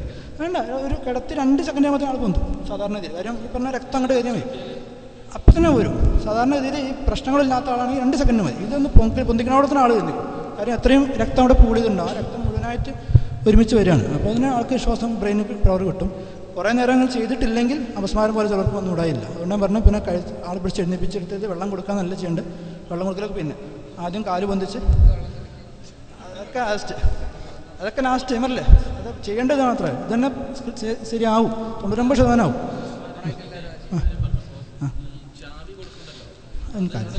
അതിലൊന്നും ഒരു കാര്യമില്ല. അല്ല, അത് കൊടുത്ത് കഴിയുമ്പോഴത്തേക്കും ഞാൻ പറഞ്ഞില്ല 2 മിനിറ്റൊക്കെ ഉണ്ടാവുള്ളൂ. അല്ല, അവസ്മാരം എന്നുള്ള അരമണിക്കൂർ ഉണ്ടാവുന്ന സാധനമല്ല. അവസ്മാരം എന്നുള്ളത് 2 മിനിറ്റ് സാധാരണ ഇതിൽ ഉണ്ടാവുള്ളൂ. അപ്പോഴത്തേക്ക് നമ്മൾ ചാവിയൊക്കെ തപ്പിയെടുത്ത് കൊണ്ട് വെക്കുന്ന സമയത്തേ അസുഖം മാറിയിട്ടുണ്ടാവും. അപ്പോൾ നമ്മൾ ചാവി കൊടുക്കലും അസുഖം മാറലും ഒരുമിച്ചായി. അപ്പോൾ നമ്മൾ വിചാരിച്ചു ചാവി കൊടുത്തോണ്ട് മാറിയെന്ന് വിചാരിച്ചു. 3 മിനിറ്റ്. അത് ആ സമയത്ത് ചേച്ചിട്ട് കാര്യം എന്ന് വെച്ചാൽ എന്തുകൊണ്ടാണ് ആ സമയത്ത് നമുക്കൊന്നും ചെയ്യാൻ പറ്റില്ല. അവർ അത്രയും പവറായിരിക്കും. അത് നമ്മൾ വിചാരിച്ച പോലല്ല, ഭയങ്കര പവറിലാണ്. നമ്മൾ ഒന്നും ചെയ്യാൻ കാര്യമില്ല. അപ്പോൾ അത് ചെയ്യാൻ പറ്റുന്ന കഴുത്തൊന്ന് എന്തിനും അടിയിൽ വെച്ച് കൊടുക്കുക, കഴുത്തിന് കുഷ്യം വെച്ച് കൊടുക്കുക. പിന്നെ പറ്റുമെങ്കിൽ വായിക്കകത്ത് എന്തിനും കയറ്റി വെച്ച് കൊടുക്കും, കടിക്കാതിരിക്കാൻ വേണ്ടി. അത്രയും ചെയ്യാൻ പറ്റുള്ളൂ. 2 മിനിറ്റ് കഴിയുമ്പോൾ മാറും. 2 മിനിറ്റ് 3 മിനിറ്റൊക്കെ ഉണ്ടാവും. ചിലവർക്ക് മാത്രം അരമണിക്കൂറൊക്കെ ഉണ്ടാവും. സ്റ്റാറ്റസ് എന്ന് പറയുമ്പോൾ വേറൊന്നും രക്ഷയില്ല, മരുന്ന് കൊടുത്ത് മാത്രം ഹോസ്പിറ്റൽ ICU കിടത്തി ട്രീറ്റ്മെൻറ്റ് ചെയ്യേണ്ടതാണ്. അല്ലാത്ത കേസിൽ 2 മിനിറ്റ് കൊണ്ട് 3 മിനിറ്റ് കൊണ്ട് തന്നെ മാറും എല്ലാവരും. അപ്പോഴത്തേക്കും മാറും. അത് മാറിക്കഴിഞ്ഞാൽ അവർക്ക് ക്ഷീണം ഉണ്ടാവും. ഒരു അരമണിക്കൂറായാലും ക്ഷീണം എന്തായാലും ഉണ്ടാവും. അങ്ങനത്തെ അവസ്ഥയിൽ നമ്മളപ്പോൾ ചെരിച്ച് കിടത്തുക. കൂടുതൽ ആൾക്കാർ കൂടാതെ ഇരിക്കുക. വെച്ചാൽ ഓക്സിജൻ കിട്ടാത്ത അവസ്ഥ ഉണ്ടാവരുത്. ഓക്സിജനാണ് ഏറ്റവും ആവശ്യം. അപ്പോൾ കൂടുതൽ നമ്മൾ ചുറ്റുപാടൊക്കെ നിൽക്കുകയാണെങ്കിൽ നമ്മുടെ ഫുള്ള് പോകുന്നതാണ് കിട്ടുക. അപ്പോൾ കഴിവതും വായു കിട്ടുന്ന രീതിയിൽ മാറി നിൽക്കുക. ഒന്ന് 2 ആൾ കൂടെ നിന്നാൽ മതി, കൂടുതൽ ആൾക്ക് നിൽക്കണ്ടില്ല. ഈ പറഞ്ഞ ബോധം പെട്ടെന്ന് പോയതാണ് കാലും ഏറ്റവും ഇമ്പോർട്ടൻ്റ് കാര്യം ഒക്കെ. പിന്നെ അടുത്തത് വേരിക്കോസ് വെയിൻ്റെ ബ്ലീഡിങ്ങിന് വേറെ കാര്യമുണ്ട്. വേരിക്കോസ് വെയിൻ ബ്ലീഡിങ് എന്ന് പറയും. വേരിക്കോസ് എന്ന് വെച്ചാൽ കാലിന് ഞരമ്പുകൾക്ക് വീർത്തിട്ടുള്ള ഞരമ്പുകൾ പൊട്ടുകയാണ്. അത് പൊട്ടിയാലും ഇത് ബാക്കിയുള്ള പൊട്ടണ പോലെയല്ല. അത് പൊട്ടിയാൽ ട്രീറ്റ്മെൻറ്റ് ചെയ്യാൻ ഭയങ്കര ബുദ്ധിമുട്ടാണ്. അങ്ങനത്തെ കേസിലും നമ്മൾ ഇരുത്തിയിട്ടല്ല ചെയ്യുക. വെരിക്കോസ് വെയിൻ ആണെന്ന് നമുക്ക് മനസ്സിലാക്കി കഴിഞ്ഞാൽ ഒന്നും ചെയ്യാണ്ട, ഇതുപോലെ കിടത്തുക. എവിടെയാണുള്ളത് അവിടെ കിടത്തുക. അവിടെ കിടത്തി ഏത് കാലാണുള്ളത് ആ കാലം കൊണ്ട് പിടിച്ച് പൊന്തിച്ച് വയ്ക്കുക. അത് 2 മിനിറ്റ് പൊന്തിച്ച് പിടിക്കുക. ആ സമയത്ത് നമുക്ക് ബാക്കിയുള്ള കാര്യങ്ങൾ ചെയ്യുക, കെട്ടിക്കൊടുക്കുകയൊക്കെ ചെയ്യുക. പക്ഷേ 2 മിനിറ്റ് പിടിക്കും വേണം. മനസ്സിലായില്ലേ? വെരിക്കോസ് വെയിന് ബാക്കിയുള്ള പോലെ അല്ല. അത് താഴെ കിടത്തി വെച്ചാൽ ഇരുത്തിയൊന്നും ചെയ്യാൻ പറ്റില്ല. കിടന്ന് കാല് പൊന്തിച്ച് പിടിക്കുമ്പോൾ തന്നെ രക്തം പോകും, രക്തക്കുഴൽ ഒട്ടും. പിന്നെ നമ്മൾ കെട്ടിപ്പിടിച്ചാലും കുറച്ച് നേരം കൂടുതൽ മറ്റേപോലെ കാല് പൊന്തിച്ച് പിടിക്കും വേണം. ഏത് കാലാണ് ആ കാലിൽ മാത്രം വേണം. അത് മാത്രമേ ബ്ലീഡിങ്ങിനായിട്ട് നമുക്ക് ചെയ്യാൻ പറ്റുള്ളൂ. മസിൽ കയറുന്ന സാധാരണ നമ്മൾ പറയാറുള്ളത് മസിൽ എന്ന് വെച്ചാൽ പെട്ടെന്ന് മസിൽ ടൈറ്റ് ആയതാണ്. അപ്പോൾ നമ്മൾ ചെയ്യാറുള്ളത് ഒരു മതിലിൽ നിർത്തുകയാണ് ചെയ്യുക. ഒരു മതിലിൻ്റെ സൈഡിൽ കൊണ്ടുപോയിട്ട് ഇങ്ങനെ ചെരിച്ച് നിർത്തുമ്പോൾ ഈ പാദം ശരിക്കും പറഞ്ഞാൽ ഇവിടെ ഇതിങ്ങനെ ഇതുപോലെയാവും. ഇതുപോലെയാവും നിൽക്കണം. അപ്പോൾ ഇതുപോലെ നിൽക്കുമ്പോൾ ഇതിന് വലുവ് ഇവിടെയാണ് മസിലുള്ളത് ബാക്കിൽ. അപ്പോൾ അതുകൊണ്ട് കുറച്ചുകൊണ്ട് ചെറുതായി ഒരു 1/2 സെൻറ്റിമീറ്റർ ചെറുതാവും, അത്രേ ഉള്ളൂ. ഈ 1/2 സെൻറ്റിമീറ്റർ ചെറുതാകുമ്പോഴത്തെ പ്രശ്നമാണ് നമുക്ക് ഉണ്ടാകുന്നത്. അതിനെ പിടിച്ച് വലിച്ച് മാറ്റുക എന്ന് പറയണത് നമ്മൾ ആ സമയത്തൊന്നും ചെയ്യാൻ പറ്റില്ല. അപ്പോൾ നമ്മൾ ചെയ്യാറിൽ ഇങ്ങനെ ചെരിച്ച് നിർത്തുകയാണ്. അപ്പോൾ വലിച്ചിൽ മെല്ലെ നമ്മളല്ല പേഷ്യൻറ്റിനെ തന്നെ നമ്മുടെ വെയിറ്റ് കൊണ്ട് വലിഞ്ഞു പോയി ചെരിച്ച് നിർത്തുക. മതിലുണ്ടെങ്കിൽ മതിൽ പിടിപ്പിച്ചിട്ട് ചെരിച്ച് നിർത്തുക. അപ്പോൾ നമുക്ക് മനസ്സിലാവും ഒരു പിടുത്തം വരുന്നത്. അത് മെല്ലെ അതന്നെ. മടമ്പ് പൊന്തിക്കല്ല, മടമ്പ് താഴ്ത്താൻ ശ്രമിക്കണം. കാര്യം ഇതിൽ ഇങ്ങനെ ആയി പോവും, ഇതുപോലെ ആയി പോവും. ഈ പറഞ്ഞ ഇത് ഇവിടെ ചെറുതാകുമ്പോൾ ഇങ്ങോട്ടായി പോവും. അപ്പോൾ അതിനെ തിരിച്ചു കൊണ്ടുവരണമെങ്കിൽ ഇവിടെ പ്രഷറാണ് നമ്മൾ കൊടുക്കുന്നത്. ഇവിടെ പ്രഷർ മാക്സിമം കൊടുക്കുന്ന അർത്ഥം മറ്റോടത്ത് മെല്ലെ വലിവ് വന്നു വരും. അത്രയും ചെയ്യാൻ പറ്റുള്ളൂ. ചെരിഞ്ഞ് നിൽക്കുമ്പോൾ ഈ പറഞ്ഞ ഇവിടെ തട്ടുള്ളൂ കേട്ടോ, ഇവിടെ തട്ടുള്ളൂ. മറ്റേ ഭാഗം മെല്ലെ ശരിയായി വരും. കുറച്ച് ചെരിഞ്ഞ് നിന്നിട്ട് പ്രഷർ ഇങ്ങനെ അമർത്തി കൊടുക്കുക. മെല്ലെ വലിഞ്ഞു വരും. അതിൻ്റെ കൂടെ വെള്ളം ഒന്നായി കൊടുക്കും.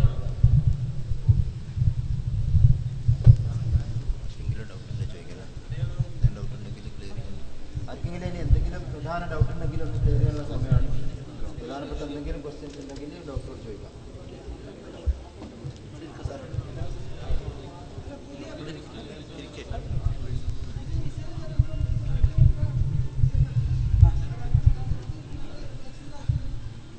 വേണ്ട വേണ്ട അല്ല, സാധാരണ സാധാരണ മെൻജോക്കൽ വാക്സിൻ എടുക്കാറില്ല, അജി വാക്സിൻ എന്ന് പറഞ്ഞിട്ട് അതെടുത്താൽ 3 വർഷമാണ് എൻ്റെ വാലിഡിറ്റി ഉള്ളത്. അത് മെഡിക്കലിനല്ല, അത് ഇതിനാണ് ബലതയ്ക്കാണ്. നാട്ടിൽ നിന്ന് മെഡിക്കൽ അതിന് സർട്ടിഫിക്കറ്റിന് കുഴപ്പമില്ല, ഐഡിയന് വേണ്ട. ആ മെൻജോക്കൽ എടുക്കണ്ടോ? വേണ്ട വേണ്ട വേണ്ട വേണ്ട, അതാ പറഞ്ഞ 2 വർഷം 3 വർഷം വരെ ഉണ്ടാവും ഒരിക്കൽ. ആ സാധാരണ നമ്മൾ പാൻഡോപ്രസോൾ എന്ന് പറഞ്ഞിട്ടുള്ള ഗുളികയാണ് കൊടുക്കാറുള്ളത്, അല്ലെങ്കിൽ റാൻടാക്ക് പോലത്തെ ഗുളികകൾ. അത് സാധാരണ ഇത് എല്ലാവർക്കും ഉണ്ടാവും, എല്ലാവരുടെ അടുത്തും നാട്ടിൽ നിന്ന് വരുന്ന എല്ലാവരുടെ അടുത്തും തന്നെ അത്. കിറ്റിന് പെട്ടെന്ന് ആക്ഷൻ കിട്ടണത് പാൻഡോപ്രസോൾ എന്നുള്ള ഗുളികയാണ്, പെട്ടെന്ന് ആക്ഷൻ കിട്ടണ ഗുളിക. പാൻഡോവർ എന്നുള്ള മരുന്ന് വാങ്ങിയാൽ മതി, ഒരു കുപ്പിനകത്ത് 14 ഉണ്ടാവും, അത് എല്ലാവരുടെ അടുത്തുള്ളത് മതി, അതാണ് പെട്ടെന്ന് ആക്ഷൻ കിട്ടും.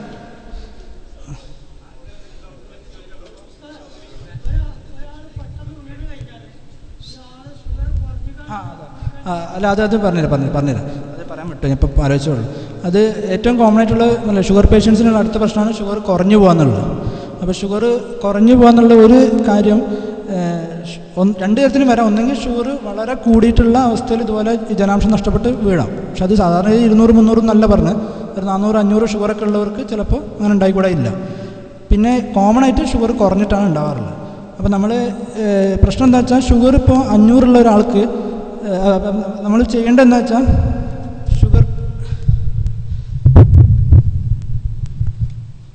അപ്പോൾ ഫസ്റ്റ് ചോദിക്കേണ്ടത് ഷുഗർ ഉള്ള പേഷ്യൻ്റ് ആണോ എന്നുള്ളതാണ്. ഷുഗർ ഇല്ലാത്ത ആൾക്ക് സാധ്യത വളരെ വളരെ കുറവാണ്, ഷുഗർ കുറഞ്ഞു പോകാനുള്ള അവസ്ഥ വളരെ കുറവാണ്. ഷുഗർ ഉള്ളവർക്ക് കാര്യം മരുന്ന് കഴിക്കുന്നതിൻ്റെ ഫലമായിട്ട് അധികം പേർക്കും ഈ പറഞ്ഞ ജോലി കൂടുന്ന അവസ്ഥയിൽ ഷുഗർ കുറഞ്ഞു പോകാൻ സാധ്യത കൂടുതലാണ്.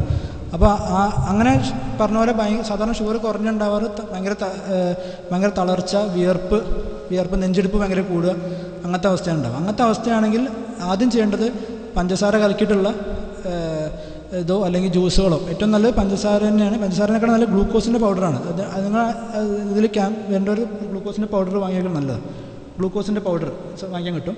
അത് എന്താ ചെയ്യണമെന്ന് വെച്ചാൽ, ഒന്നെങ്കിൽ നാവിൽ കുറച്ച് പൊടിയനൊക്കെ നല്ലത് കുറച്ച് വെള്ളത്തിൽ കലക്കിയിട്ട് കുറച്ച് തിക്കായിട്ട് നാവിൽ ഇടിച്ചു കൊടുത്താൽ തന്നെ ഷുഗർ കുറഞ്ഞ പേഷ്യൻസ് ആണെങ്കിൽ അത് ശരിയാവും. പക്ഷേ ഇതിൽ ശ്രദ്ധിക്കാനുള്ളത് കുറഞ്ഞാണോ കൂടിയോ എന്നുള്ള സംശയം. പക്ഷേ കൂടിയത് ഞാൻ പറഞ്ഞില്ല, 500 ഷുഗറുള്ള ആൾക്ക് നമ്മൾ കൊടുക്കണ പഞ്ചസാര കൊണ്ട് ചിലപ്പോൾ 510 ആവുമായിരിക്കും, അത്രേ ആവുള്ളൂ.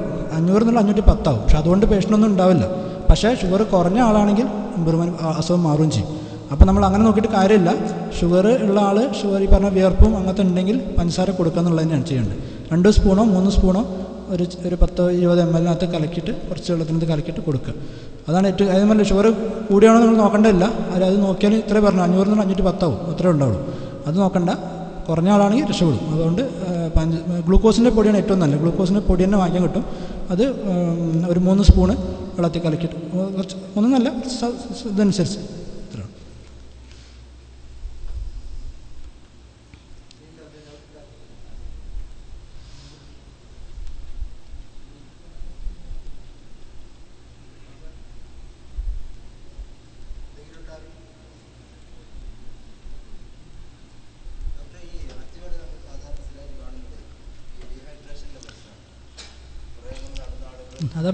അതാ ഞാൻ പറഞ്ഞത് ആദ്യം തന്നെ കുഴഞ്ഞ് വീഴാൻ പറഞ്ഞില്ല. ആദ്യം കുഴഞ്ഞ് വീഴാൻ കാരണം എന്ന് വെച്ചാൽ, ഒന്ന് ഈ പറഞ്ഞ ഷുഗർ കുറഞ്ഞതാവാം, എന്ന് വെച്ചാൽ ഈ പറഞ്ഞ ഭക്ഷണം കഴിക്കാത്ത രീതിയിലുള്ള ഇതാവാം, ജലാംശം കുറഞ്ഞിട്ടാവാം. അത് ആദ്യം ചെയ്യേണ്ടത് നമ്മൾ ഇതിന് സിങ്കോപ്പാണ് നമ്മൾ ഫസ്റ്റ് ചിന്തിക്കേണ്ടത്. എന്ന് വെച്ചാൽ ഈ പറഞ്ഞ രക്തോട്ടം തലച്ചോറോട് കുറഞ്ഞു എന്നുള്ളതാണ്. അപ്പോൾ ആദ്യം ചെയ്യേണ്ടത് കാല് പൊക്കി ഒന്ന് നോക്കുക എന്നുള്ളതാണ് കാര്യം. അതാണ് ബാക്കിയുള്ളതിനേക്കാളൊക്കെ പെട്ടെന്ന് നടക്കുന്ന കാര്യം. ഒരു 2 സെക്കൻഡ് കൊണ്ട് തന്നെ വ്യത്യാസം ഉണ്ടെങ്കിൽ ഉണ്ടാവും. പിന്നെയാണ് നമ്മൾ അവർക്ക് വെള്ളം കൊടുക്കണം. വെള്ളത്തിനകത്ത് ഈ പറഞ്ഞ പഞ്ചസാര ഇളകിയിട്ടുള്ള ഭക്ഷണങ്ങൾ വെള്ളങ്ങൾ കൊടുക്കുക. കുഴപ്പമില്ല, അതിന് ബുദ്ധിമുട്ടൊന്നുമില്ല. അല്ല അതൊക്കെ ചെയ്യാവുന്ന കാര്യം. പക്ഷേ ഞാൻ പറഞ്ഞ കാല് പൊന്തിക്കാന്ന് പറഞ്ഞത് എമർജൻസി ആയിട്ട് പൊന്തിക്കേണ്ട കാര്യമേ പറഞ്ഞുള്ളൂ. മറ്റേ ഒന്നും അങ്ങനത്തെ ബുദ്ധിമുട്ടൊന്നുമുള്ള കാര്യമില്ല.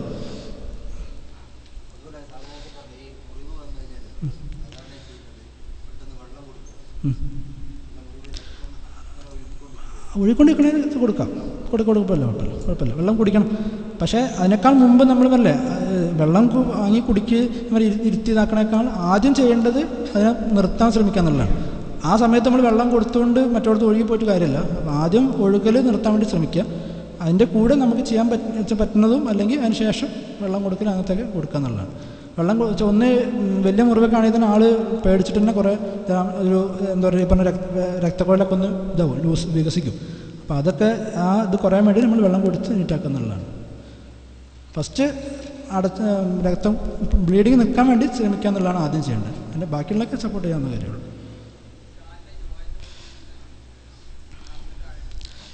ജോയിൻറ്റ് അതാ ഞാൻ പറഞ്ഞത്, ആദ്യം തന്നെ അത് ഉണ്ടാവാതിരിക്കാൻ വേണ്ടി അതേ പറഞ്ഞതാണ്. നമ്മൾ ആദ്യം ടാക്കം പൗഡർ അവരോട് തന്നെ പറയുക. കാര്യം ഇത്ര നടന്ന് പരിചയമില്ലാത്തൊരു കാര്യം ഇത് മാത്രമല്ല, താവും സവയും മാത്രമല്ല, അതിനും അവിടെ നിന്ന് ഇങ്ങോട്ട് മീനാൻ നടന്ന് വരണം, തിരിച്ചു പോകണം. അപ്പോൾ നടത്തം സാധാരണ അതിനേക്കാൾ ഒരു 3 ഇരട്ടിയോളം കൂടുതൽ വരും. അപ്പോൾ തന്നെ അധികം പേർക്കും പൊട്ടൽ വരാൻ സാധ്യത കൂടുതലാണ്. അപ്പോൾ അതുകൊണ്ട് ആദ്യം പറഞ്ഞത് ഞാൻ ഒന്ന് പറഞ്ഞ വിയർപ്പ് കഴിവുണ്ടാവാത്ത രീതിയിൽ നോക്കുക, ടാക്കം പൗഡർ യൂസ് ചെയ്യുക. ടാക്കം പൗഡർ യൂസ് ചെയ്താൽ സാധാരണ ഇതിൽ എന്താ പറയുക ഈർപ്പം വലിച്ചെടുത്തിട്ടാണ് പൊട്ടൽ കുറയാൻ ശ്രമിക്കും. പൊട്ടിക്കഴിഞ്ഞാൽ പിന്നെ നമുക്ക് വേറെ മരുന്നുകൾ കൊടുക്കാനേ ആവശ്യമുള്ളൂ. അത് ഫംഗസിൻ്റെ ക്രീമോ അല്ലെങ്കിൽ ആൻറ്റിബയോട്ടിക് ക്രീമോ തേക്കേണ്ടതുള്ളൂ. പക്ഷേ പൊട്ടൽ ചൂടായിട്ടാണ്, ഇത് ഉരഞ്ഞ് ചൂടാവും ഇത്രയും നടത്തം വരുമ്പോൾ. അതിനൊക്കെ മുമ്പ് നമ്മൾ പൗഡർ ഇട്ട് അത് എല്ലാവരോടും പറ്റുമെങ്കിൽ നല്ലത് തന്നെയാണ്. പോണയൊക്കെ ഈ പറഞ്ഞ ഇതിൻ്റെ അന്ന് അറഫ കഴിഞ്ഞ് വന്നിട്ട് കല്ലെറിയാൻ പോയതും തവാഫീണിനൊക്കെ മുമ്പ് തന്നെയല്ല, അന്ന് എല്ലാവരോടും ടാക്കം പൗഡർ യൂസ് ചെയ്യാൻ പറയുമെങ്കിൽ നല്ലത്. അങ്ങനെ കുറച്ച് കുറയാൻ ശ്രമിക്കും. പൊള്ളൽ പറഞ്ഞിട്ടേ പൊള്ളൽ ഏറ്റവും ആദ്യം ചെയ്യേണ്ടത്, അപ്പോൾ പൊള്ളൽ വന്നു എന്നുള്ളത് സാധാരണ എല്ലാവരും കാണുന്ന പേസ്റ്റ് തേക്കുക അങ്ങനത്തെ ഒന്നും ചെയ്യരുത്. ഒന്നും ചെയ്യാനില്ല. സംഭവിച്ചത് എന്താണെന്ന് വെച്ചാൽ ഇപ്പോൾ എണ്ണ അങ്ങനത്തെയൊക്കെ ആണെങ്കിൽ 10-200 ഡിഗ്രി ഉള്ള ടെമ്പറേച്ചറുള്ള സാധനം തൊലിപ്പുറത്ത് വീണു. ആ വീണ ഒരു സെക്കൻഡ് കൊണ്ട് വീണാൽ തന്നെ അത്രയും ചൂട് ശരീരത്തിലോട്ട് കൊണ്ട് കയറുകയാണ്. ഏറ്റെടുക്കണം മുഴുവനായിട്ട് പുറത്തത്തെ തൊലിയാണ് ഏറ്റെടുക്കണം. അത്രയും ടെമ്പറേച്ചർ ഒരിക്കൽ ഏറ്റെടുത്താൽ പുറത്തുള്ള തൊലി എന്തായാലും പോവും. കാര്യം അത്രയും ടെമ്പറേച്ചർ ഒറ്റ സെക്കൻഡ് കൊണ്ട് അങ്ങോട്ട് ബോഡിയിലോട്ട് വരുമ്പോൾ ആ സെല്ലുകൾ എന്തായാലും കേടുവരും, അത് ഉറപ്പാണ്. അപ്പോൾ പക്ഷേ നമ്മൾ ശ്രദ്ധിച്ചിട്ടില്ലെങ്കിൽ എന്താ സംഭവിക്കുകയെന്ന് വെച്ചാൽ അതിനോട് ചുറ്റിപ്പറ്റിയുള്ള ബാക്കി സെല്ലുകളുണ്ട്, അതിൻ്റെ അടിയിലുള്ള സെല്ലുകളും സൈഡിലുള്ള സെല്ലുകളുണ്ട്. അതിലോട്ടൊക്കെ ഈ പറഞ്ഞതിൻ്റെ എഫക്റ്റ് കയറിക്കൊണ്ടിരിക്കുന്ന അവസ്ഥയായിരിക്കും ഉണ്ടാവുക. മനസ്സിലായില്ല? അപ്പോൾ നമ്മൾ ചെയ്യേണ്ടതെന്ന് വെച്ചാൽ ഈ കേട് വന്ന തൊലി നമുക്കൊന്നും ചെയ്യാൻ പറ്റില്ല. കാര്യം പുറത്തത്തെ വളരെ സൂപ്പർ തൊലി ചിലപ്പോൾ പോയി പോകും. അത് വന്നു, കാര്യം ആ ടെമ്പറേച്ചർ വന്ന ഉടനെ പോയി. ബാക്കിയുള്ള ചുറ്റുപാടുള്ള തൊലിയെ മാത്രമേ നമുക്ക് രക്ഷിക്കാൻ പറ്റുള്ളൂ. അപ്പോൾ അത് ചെയ്യേണ്ടതെന്ന് വെച്ചാൽ തണുപ്പിക്കുക എന്നുള്ളതാണ്. തണുപ്പിക്കൽ എങ്ങനെയാണെന്ന് വെച്ചാൽ ഐസ് വെച്ചിട്ടല്ല തണുപ്പിക്കുക. ഐസ് വെക്കുമ്പോൾ എന്താണെന്ന് വെച്ചാൽ രക്തക്കുഴൽ കട്ടിയാവും, ടൈറ്റാവും. രക്തക്കുഴൽ ടൈറ്റാകുമ്പോൾ വെച്ചാൽ ഉള്ളിലത്തെ ചൂടോട്ട് നിൽക്കും. അപ്പോൾ ചെയ്യേണ്ടതെന്ന് വെച്ചാൽ തണുത്ത വെള്ളം ഒരു 15 മിനിറ്റെങ്കിലും ഫോഴ്സിലല്ല ഇങ്ങനെ ഒഴുകിപ്പോണ രീതിയിലാക്കുക. ഒഴുകിപ്പോണ രീതിയിൽ ഒരു 15 മിനിറ്റെങ്കിലും മിനിമം. 5 മിനിറ്റ് നല്ല, സത്യം പറഞ്ഞാൽ അരമണിക്കൂർ 1 മണിക്കൂറൊക്കെ ഞാൻ പറയാറുണ്ട്. കാര്യം അത് മാത്രമേ ചെയ്യാനുള്ളൂ. അല്ലാതെ ആ സമയത്ത് പോയി ഓയിൻമെൻറ്റ് വെച്ചോണ്ടോ അല്ലെങ്കിൽ ഒന്നും ചെയ്തിട്ട് ഒരു കാര്യമില്ല. ആകെ ചെയ്യാൻ പറ്റുന്നത് ഈ ചെറിയ തണുത്ത വെള്ളം ഒഴിച്ചുകൊണ്ട് ഇങ്ങനെ ഒഴിച്ചിരിക്കുക വെച്ചാൽ ഫോഴ്സിലല്ല പറഞ്ഞ് മെല്ലെ ഒഴുകിക്കൊണ്ടിരിക്കുക. അത് സംഭവിക്കുകയെന്ന് വെച്ചാൽ ഈ ചെറിയ തണുപ്പിട്ട ഭയങ്കര തണുപ്പല്ല, ചെറിയ തണുപ്പുള്ള വെള്ളം ഒഴുകുമ്പോൾ ഈ പറഞ്ഞ തണുത്ത വെള്ളം ഉള്ളിലത്തെ ചൂടിനെ കൂടെ വലിച്ചെടുത്തിട്ടാണ് പോകുന്നത്. അപ്പോൾ അത് ഉള്ളിൽ നിന്ന് ചൂട് ഇങ്ങനെ പോയിക്കൊണ്ടേ ഇരിക്കാൻ സഹായിക്കും. പക്ഷെ അത് സമയം വേണം, അല്ല പെട്ടെന്ന് 2 മിനിറ്റ് ഒന്നും ചെയ്തിട്ട് കാര്യമില്ല.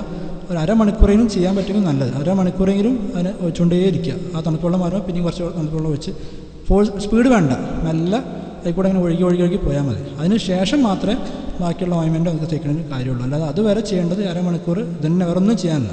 അതുകൊണ്ട് നല്ല വ്യത്യാസം ഉണ്ടാകാറുണ്ട്. അത് മാത്രമേ ചെയ്യാനുള്ളൂ. അത് ചെയ്തതിന് ശേഷം പിന്നെ ബാക്കി കേട് വരാതിരിക്കാൻ വേണ്ടി, ഇൻഫെക്ഷൻ വരാതിരിക്കാൻ വേണ്ടി മാത്രം ഓയിൻമെൻറ്റ്. അല്ല നമ്മൾ തേക്കണ ഓയിൻമെൻറ്റൊന്നും അസുഖം മാറില്ല. ഓയിൻമെൻറ്റ് തേക്കണമെന്ന് വെച്ചാൽ രണ്ടാമത് പഴുപ്പ് വരാതിരിക്കാൻ വേണ്ടി മാത്രം നമ്മൾ തേക്കുന്നുള്ളൂ.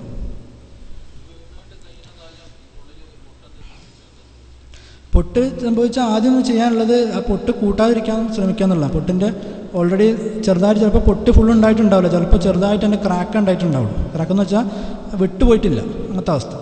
അപ്പോൾ നമ്മളത് ശ്രദ്ധിക്കാതിരുന്നാൽ അല്ലെങ്കിൽ വേറെ രീതിയിലാക്കി ചിലപ്പോൾ ആ വിട്ട് തന്നെ പോകും. വിട്ട് പോവുക, അല്ലെങ്കിൽ ചെറിയ പീസുകളുണ്ടാവും. ഒരു വശം പൊടിഞ്ഞിട്ടുള്ളതാണെങ്കിൽ ചെറിയ പീസ് ഉണ്ടാവും. ആ പീസ് പോയിട്ട് രക്തക്കുഴലിനൊക്കെ പോയിട്ട് ഉരയ്ക്കും.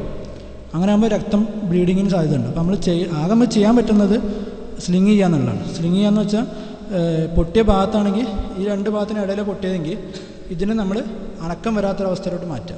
അപ്പോൾ അത് ചെയ്യാൻ പറ്റുന്നത് ചെറിയ തടിയുടെ കഷ്ണമോ അല്ലെങ്കിൽ കട്ടിയുള്ള ഇതിന് വെച്ചതിന് ശേഷം തുണി ഈ പറഞ്ഞതുകൊണ്ട് ചുറ്റുക. ഒന്നും കിട്ടിയില്ലെങ്കിൽ കട്ടിയുള്ള പേപ്പർ മടക്കി അതിനെ പിന്നെയും മടക്കുക. പേപ്പർ ചുരുട്ടിയിട്ട് പിന്നെയും മടക്കുക. അപ്പോൾ അതിന് ഒരു ബലം വരും. ആ ഒരു അവസ്ഥ ബലം വന്നതിന് ശേഷം പേപ്പർ വെച്ചതിന് ശേഷം പുറത്ത് ചുറ്റുക. ഒന്നും കിട്ടിയിട്ടില്ലെങ്കിൽ അത് മാത്രമേ ചെയ്യാനുള്ളൂ. അതെന്ന് വെച്ചാൽ കൂട്ടാതിരിക്കാൻ വേണ്ടിയിട്ടാണ്. ഫസ്റ്റ് എയ്ഡ് എന്നുള്ള ഉദ്ദേശിച്ചു അത് തന്നെയാണ്. എന്ത് പ്രശ്നം ഉണ്ടായോ അത് ഇരിക്കാൻ ശ്രമിക്കുക. പിന്നെ പേഷ്യൻറ്റിന് വേദനയും കുറയും. കാര്യം അനങ്ങി കഴിഞ്ഞാൽ പിന്നെ വേദന കൂടും, ബ്ലീഡിങ്ങിന് സാധ്യത കൂടും. അപ്പോൾ അത് ഇല്ലാതിരിക്കാൻ വേണ്ടി എന്താണോ കിട്ടുന്നത് കട്ടിയുള്ള സാധനം അത് വെച്ചതിന് ശേഷം അതിൻ്റെ അപ്പുറത്തും ഇപ്പുറത്തും ഇവിടെ കിട്ടുന്ന രീതിയിൽ വന്നതിന് ശേഷം ഇതാക്കുക. പിന്നെ സ്ലിങ് ഇടുക. സ്ലിങ് ഇടുക വെച്ചാൽ തൂക്കിയിടുന്നതിന് പകരം സ്ലിങ് എന്ന് വെച്ചാൽ നമ്മൾ ഒന്നെങ്കിൽ ഈ പറഞ്ഞ ഗോസ് തന്നെ നമ്മുടെ അടുത്തുണ്ടാവും. ആ ഗോസ് ചുരുട്ടിയിട്ട് ചുട്ടി ഒരു കഴുത്തിലിടുന്ന രീതിയിലാക്കുക. കഴുത്തിലിറങ്ങിയ ശേഷം കയ്യിൽ കെട്ടിയിട്ട് അവിടെ വെച്ച് കൊടുക്കുക. എന്ന് വെച്ചാൽ ഇതാണ് ഏറ്റവും നമ്മുടെ കൈക്ക് ഏറ്റവും സുഖകരമായ അവസ്ഥ. ഈ പൊസിഷൻ ഇതാണ്. ആ പൊസിഷൻ കിട്ടാൻ വേണ്ടി ഇങ്ങനെ തന്നെ വെച്ച് കെട്ടിയതിന് ശേഷം ഈ പറഞ്ഞ ബാൻഡേജ് ഇടുക. അങ്ങനെ ഇട്ട് കഴിഞ്ഞാൽ കൈക്ക് അവിടെ ഫസ്റ്റ് കിടന്നോളും.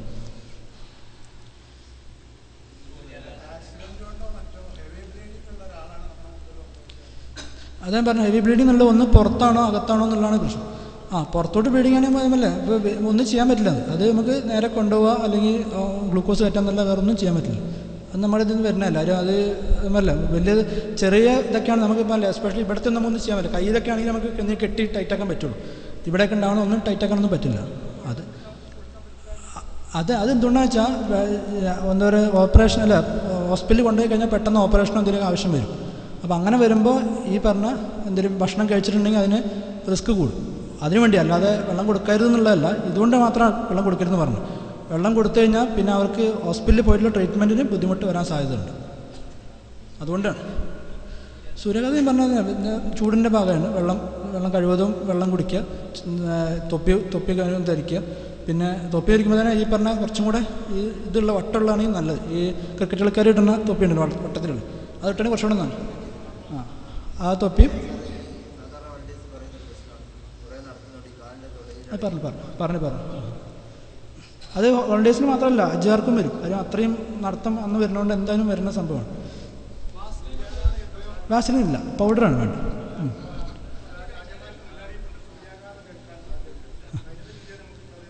അതിനും പറഞ്ഞ് ജലാംശം നഷ്ടപ്പെടാതെ നോക്കുക. പിന്നെ നമ്മൾ പറയാറ് ഫ്രൂട്ട്സ് നന്നായി കഴിക്കുക. ഫ്രൂട്ട്സ് ഉപ്പിൻ്റെ അംശം ഞാൻ പറയാത്തതുകൊണ്ടെന്ന് ചോദിച്ചാൽ ഒരു പ്രഷറുള്ള പേഷ്യൻസ് ഒക്കെ ആണെങ്കിൽ ബുദ്ധിമുട്ടാണ്. അപ്പോൾ അതുകൊണ്ടാണ് ഉപ്പ് കൂടുതൽ പറയാത്തത്. നല്ലത് ഈ പറഞ്ഞ നാരങ്ങ വെള്ളത്തിൽ ഉപ്പിട്ടിട്ടൊക്കെയാണ് വളരെ നല്ലത്. നാരങ്ങ വെള്ളത്തിൽ ഉപ്പിട്ടിട്ട് അല്ലെങ്കിൽ മോരും വെള്ളത്തിൽ ഉപ്പിട്ടിട്ട് ഒക്കെ വളരെ നല്ല സാധനങ്ങളാണ്. ജലാംശം സോഡിയമാണ് ഏറ്റവും കുറയുക. പിന്നെ പൊട്ടാസ്യം എന്നുള്ളത് ഫ്രൂട്ട്സിനാണ് ഏറ്റവും കൂടുതൽ കിട്ടുക. ഫ്രൂട്ട്സ് നന്നായി ജ്യൂസുകളും ഫ്രൂട്ട്സ് നന്നായി കഴിക്കുക. പിന്നെ ഈ പറഞ്ഞ ഉപ്പംശം അടങ്ങിയിട്ടുള്ള നാരങ്ങ വെള്ളത്തിൽ ഉപ്പിട്ടിട്ട് അങ്ങനത്തെ ഏറ്റവും നല്ലത്. അതാണ് നമ്മൾ പോകുന്നത് വെറും വെള്ളമല്ല പോകുന്നത്. നമ്മൾ ചൂട് തട്ടിക്കഴിഞ്ഞാൽ വിയർത്ത് പോകുന്നത് വെറും വെള്ളമല്ല. നമ്മൾ കുടിക്കണത് ഇപ്പോൾ വെറും വെള്ളമാണെങ്കിൽ ജലാംശം സോഡിയൊക്കെ കുറഞ്ഞ് പോകും. അപ്പോൾ അതനുസരിച്ച് നമ്മൾ എന്താണോ പോകുന്നത് അതനുസരിച്ചുള്ള വെള്ളം നമ്മൾ അകത്ത് കയറ്റണം. അതിനുവേണ്ടി നാരങ്ങ ഉപ്പിട്ട് ഏറ്റവും നല്ലത്. പിന്നെ നമ്മൾ പറയാം ORS വെള്ളമാണ്. ORS വെള്ളത്തിലാണ് എല്ലാം ഉണ്ട്. സോഡിയം പൊട്ടാസ്യം എല്ലാ ധാതുക്കളും അടങ്ങിയിട്ടുള്ളതാണ്. അങ്ങനത്തെയാണ് ഏറ്റവും നല്ലത്. ക്ഷീണം കുറയാനൊക്കെ വളരെ നല്ലതാണ്. അത് കുറച്ച് കഴുതി വയ്ക്കണം നല്ല എപ്പോഴും. ORS പൊടി എന്ത് ക്ഷീണം ഉണ്ടെങ്കിലും അതിന് കൊടുക്കുക, ബുദ്ധിമുട്ടില്ല. ഈവൻ ഷുഗർ പേഷ്യൻ്റ് ആണെങ്കിലും ബുദ്ധിമുട്ടൊന്നുമില്ല. അപ്പോൾ കലക്കേണ്ട കോൺസെൻട്രേഷൻ അങ്ങനെയാണ്. 1 ലിറ്ററിനകത്ത് ഒരു പൊടിയാണ്. ഛർദി എന്ന് വെച്ചാൽ അല്ലേ മരുന്ന് ഛർദിക്ക് ഫസ്റ്റ് നമുക്ക് ചെയ്യാൻ പറ്റുന്നത് 2 തരത്തിലാണ് ഛർദി വരുന്നത്. ഒന്ന് ഈ പറഞ്ഞ കഴിച്ച ഭക്ഷണം പറ്റാത്ത പ്രശ്നങ്ങളാണ്. കഴിച്ച ഭക്ഷണം പറ്റാത്തതാണെങ്കിൽ അത് പോയി കഴിഞ്ഞാൽ തന്നെ പേഷ്യൻ്റ് വ്യത്യാസം വരും. അതിനകത്ത് പറ്റാത്തതോ കയറി അത് പോയി കഴിഞ്ഞ് 2-3 തവണ കഴിഞ്ഞാൽ ക്ലിയർ ആവും. ചിലവർക്ക് അതിൻ്റെ ആ അവസ്ഥ കൂടുതലാണെങ്കിൽ ചിലവർക്ക് ഛർദി ശരീരത്തിനകത്ത് കയറുക മാത്രമല്ല അത് ബോഡിയിലോട്ടും കൂടെ ബാധിച്ചിട്ടുണ്ടെങ്കിൽ അത് നിൽക്കില്ല. അങ്ങനത്തെ അവസ്ഥയിൽ എന്തായാലും നിർബന്ധമായിട്ട് വേണം. വളരെ മൈൽഡാണെങ്കിൽ സാധാരണ കഴിച്ച ഉടനെയൊക്കെ ആണെങ്കിൽ അതുകൊണ്ട് ക്ലിയർ ആവും. പക്ഷേ കഴിച്ച് കുറേ കാര്യം കഴിച്ചു, ഇപ്പോൾ നമ്മൾ ഉച്ചയ്ക്ക് ഭക്ഷണം കഴിച്ചു, രാത്രിയൊക്കെയാണ് പേഷ്യൻ്റ് ഛർദിയൊക്കെ വന്നതെങ്കിൽ ഇതുകൊണ്ട് മാത്രം ഛർദിച്ച് പോയാൽ മാത്രം നിൽക്കും തോന്നില്ല. അത് അസുഖത്തിൻ്റെ ഭാഗം തന്നെയായിരിക്കും. അങ്ങനെയാണെങ്കിൽ ഛർദിക്കുള്ള മരുന്നും ഗ്യാസിൻ്റെ മരുന്നും നിർബന്ധമായിട്ട് കൊടുക്കാൻ നോക്കും.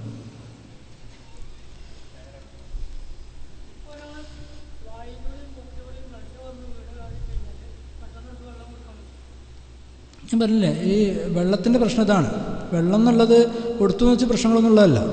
പക്ഷേ ഈ ഒരു ഇഷ്യൂ മാത്രമേ ഉള്ളൂ. വലിയ എമർജൻസി ബ്ലീഡിങ് എന്തെങ്കിലും ഉണ്ടെങ്കിൽ മാത്രമേ ഉള്ളൂ. അല്ലാതെ അതൊന്നും ഇതിലൊന്നും വരുന്നില്ല. മെയിൻ ശ്രദ്ധിക്കാനുള്ള ട്രോമ വെച്ചാൽ ശരിക്കും ആക്സിഡൻറ്റ് പോലത്തേലാണ് നമ്മൾ കൂടുതൽ വെള്ളം കൊടുക്കരുതെന്ന് പ്രത്യേകം പറയുന്നത്. മറ്റൊന്നും അങ്ങനത്തെ പ്രശ്നങ്ങളുള്ളതല്ല കൊടുക്കുക. ആക്സിഡൻറ്റ് പോലെന്ന് വെച്ചാൽ അധികവും സർജറി എമർജൻസി ആയിട്ട് വേണ്ടി വരാൻ അങ്ങനത്തെ അവസ്ഥ ഉണ്ടെങ്കിൽ അത് മാത്രമേ ഉള്ളൂ. പിന്നെ എന്തുകൊണ്ടാണെന്ന് വെച്ചാൽ വേറൊരു പ്രശ്നം വെച്ചാൽ വെള്ളം കുടിച്ചുകൊണ്ട് മാത്രം കിട്ടണമെന്നില്ല. എന്ന് വെച്ചാൽ ഈ രക്തം കുറേ പോയി കഴിഞ്ഞിട്ടുണ്ടെങ്കിൽ ഉള്ളിലോട്ടുള്ള രക്തക്കൊഴലൊക്കെ ചുരുങ്ങും. ഈ ആമാശയം അല്ലെങ്കിൽ അങ്ങോട്ടേക്കുള്ള രക്തം കംപ്ലീറ്റ് ചുരുങ്ങിപ്പോവും, ഈ പെട്ടെന്ന് ബാക്കി ഭാഗത്തോട്ട് രക്തം കിട്ടാൻ വേണ്ടിയിട്ട്. അതുകൊണ്ട് നമ്മൾ കുടിക്കുന്ന വെള്ളമൊന്നും പെട്ടെന്ന് ശരീരത്തോട്ട് കയറില്ല. അപ്പോൾ അതിൽ വലിയ ബ്ലീഡിങ്ങിന് വലിയ റോൾ ഉണ്ടെന്ന് പറയാൻ പറ്റില്ല.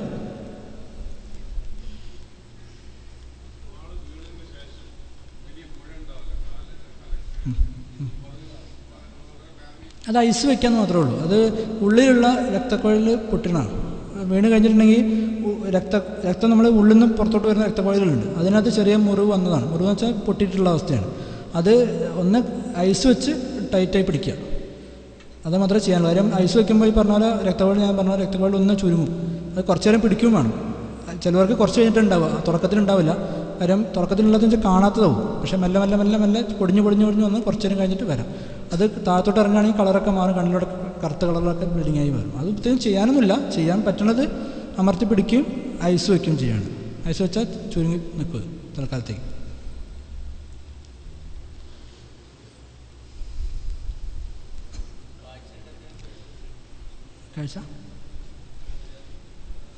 കാഴ്ചയ്ക്ക് സൺഗ്ലാസ് യൂസ് ചെയ്യാൻ പറ്റുമെങ്കിൽ നല്ലത്. അത്രയും കഠിനമായ ചൂടും ഈ പറഞ്ഞ സൺലൈറ്റും വരുന്ന അവസ്ഥ ഉള്ളതുകൊണ്ട് സൺഗ്ലാസ് യൂസ് ചെയ്യണമെങ്കിൽ കണ്ണിന് ഒരു കുളിമ കിട്ടും. കണ്ണിന് കൂടുതൽ മാത്രമല്ല, കണ്ണിലോട്ടുള്ള റേസിൻ്റെ ഇത് കുറയുകയും ചെയ്യും. അത് അത്രയും ഒരുമിച്ചുള്ള അത്രയും സമയത്തേക്ക് നമ്മൾ സാധാരണ നിൽക്കാറില്ല. അതുകൊണ്ട് ആ അവസ്ഥ കഴിയുന്ന സൺഗ്ലാസ് യൂസ് ചെയ്യുന്നത് നല്ലത്. ഇപ്പം കുട യൂസ് ചെയ്താലും മതി. കുടയും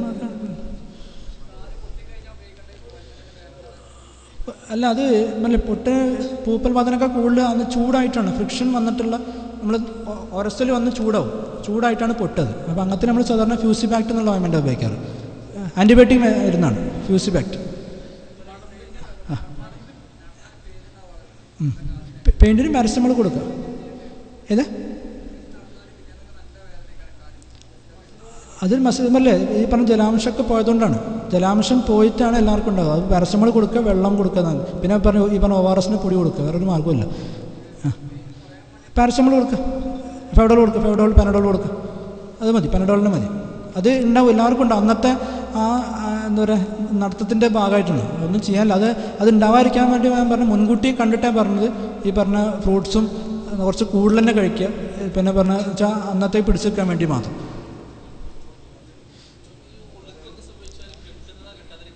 ഏത് ഉള്ളിലേക്ക് അത് കെട്ടണമെന്നല്ല, അല്ല കെട്ടണതിനാണ്, കെട്ടുന്നത് കൂടാതിരിക്കാൻ വേണ്ടിയിട്ടാണ്. ഉളിക്കുന്ന ആൾക്ക് നടക്കാൻ പറ്റില്ല ഒന്ന്. അപ്പോൾ ഇനിയിപ്പോൾ സപ്പോർട്ട് ഇല്ലെങ്കിൽ ആൾക്ക് ജസ്റ്റ് താങ്ങാനെങ്കിലും അതിന് സപ്പോർട്ട് കിട്ടും. അതിന് ഉളിക്ക് വന്നു, ഇനിയിപ്പോൾ നമ്മൾ ചെയ്യാൻ പറ്റുന്നില്ല വെച്ചാൽ അതിന് മൂവ് ചെയ്യാതിരിക്കുക എന്നുള്ളതാണ്. അത് രക്തം പൊട്ടുന്ന രക്തക്കുഴൽ പൊട്ടി വീർത്ത് വരുന്നതാണ്. അതിന് കൂടെ വീക്കും കൂടെ വരും, രണ്ടും കൂടെ വന്നിട്ടുള്ള പ്രശ്നം വരും.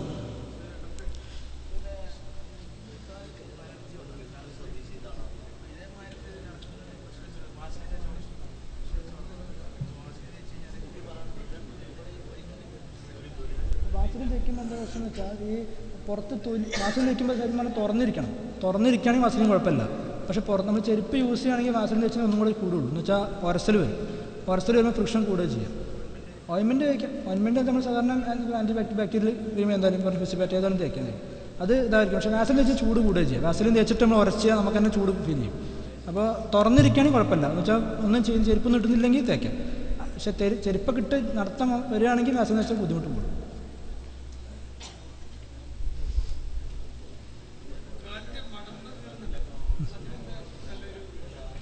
അതിന് പറഞ്ഞ വാസലിൻ തേക്കുക. വാസലിൻ ഏറ്റവും നല്ലതെന്ന് വെച്ചാൽ തലേന്നോ അല്ലെങ്കിൽ ഇത് ഉണ്ടായ ഉടനെയാണ് തേക്കുക. അത് കേൾക്കേണ്ടതെന്ന് വെച്ചാൽ വന്നതിന് ശേഷം പറ്റുമെങ്കിൽ വാസലിൻ ക്രീം തേച്ചിട്ട് ഒരു പ്ലാസ്റ്റിക് കവർ എടുക്കുക.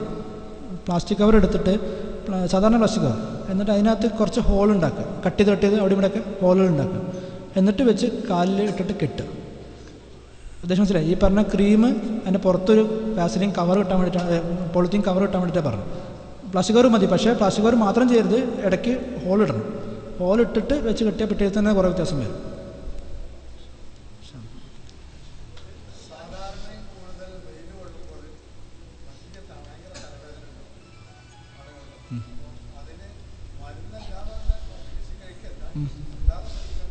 ജലാംശം ഞാൻ പറയില്ല, എല്ലാ ഈ സൺ എക്സ്പോഷറായിട്ടുള്ള എല്ലാ കാര്യങ്ങൾക്കും ജലാംശവും ഈ പറഞ്ഞ നമ്മൾ പറയാം മൾട്ടിവിറ്റാമിൻസും കൊടുക്കാറുണ്ട്. ഉണ്ടാവാതിരിക്കാൻ വേണ്ടി. അത് കൂടാതെ ജലാംശം ഈ പറഞ്ഞ ലവണങ്ങളും ഉപ്പ് നാരങ്ങളുള്ളത് അത് ഉപ്പും ഫ്രൂട്ട്സിനകത്തുള്ള പ്രത്യേകത അതാണ്. ഫ്രൂട്ട്സിനകത്ത് ഇഷ്ടംപോലെ ലവണങ്ങളുണ്ട്, സോഡിയം പൊട്ടാസ്യം ഒക്കെ. അപ്പോൾ ജ്യൂസുകൾ ഫ്രഷ് ഫ്രൂട്ട്സായിട്ട് നന്നായിട്ട് കഴിക്കാൻ നോക്കുക. പിന്നെ വെള്ളം രണ്ടും കൂടെ വേണം. അതായത് വെറും വെള്ളമല്ല പറഞ്ഞ്, വെള്ളം വേണം, അതിൻ്റെ കൂടെ ജ്യൂസുകളും ഫ്രൂട്ട്സും കൂടുതൽ കഴിക്കുകയും ചെയ്യും. കട്ടി ഭക്ഷണങ്ങൾ കഴിവതും ഒഴിവാക്കുക, കൂടുതൽ ഓയിൽ ഐറ്റംസ് അങ്ങനത്തെ.